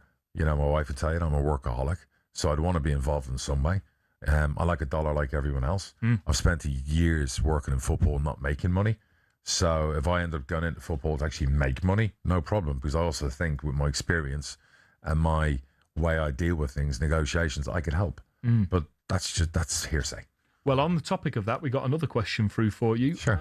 Is there any interest from yourself in League of Ireland ownership? Sure, it was something I looked into. It was something like, just after COVID, I wanted to do multi-club ownership. I wanted to raise money because there were a lot of clubs with deflated prices in 4 or 5 countries. But it was something with 2 kids about to go to college, I didn't have the time commitment, nor did I raise all the money with investors at the time. But I think Irish football is getting better and better. Yep. I think there's a lot more young players coming back over to the UK now doing well. We've stayed away from it for a long time because we got kind of burnt on a couple of players, but it is something our club is looking into more and more. The answer to your question is yes, I would love to own an Irish football club. One of my best mates lives up in Beaumont, right, in North Dublin. Yep. Lives around the corner from Shelbourne. Been there a few times. Up the Great Shells, club. Great club. Great club. Great old club. football stadium. Bows, Shells. Yeah, I grew up, if I had an Irish club, it would have been Shamrock Rovers at the time. Okay. You know what I mean? And where they had stadium issues for years, when I was growing up in Dublin. But I come from a rugby family. So it took years before I got into soccer, as we call it in America. Do you know what I mean? Because I played a lot of rugby at a good level. My mate works at Blackrock, actually, where a lot of my school was St Mary's. Our biggest rivals were like Blackrock and Terenure. Yeah. Well, Darragh, mate, it's over since Friday, Monday, Tuesday. It's been an absolute blast. That's been great fun. Being on with you. Thanks so much for your time. I know you're a busy man and you're giving us some great insight as an owner. I know in the breaks you're taking calls, whether it's from staff members, agents. Sure. We appreciate your time. I love you guys. Absolute Thank you. Pleasure. Thank you, everybody, for all the incredibly positive messages, whether it's on social media, on text, your engagement throughout the show. It's been an absolute pleasure sitting in for Jim White and Simon Jordan. Up next, we got the great Paul Hawksby and Andy Jacobs, and they'll be joined by Gary McAllister and Chris Woke. Stay tuned.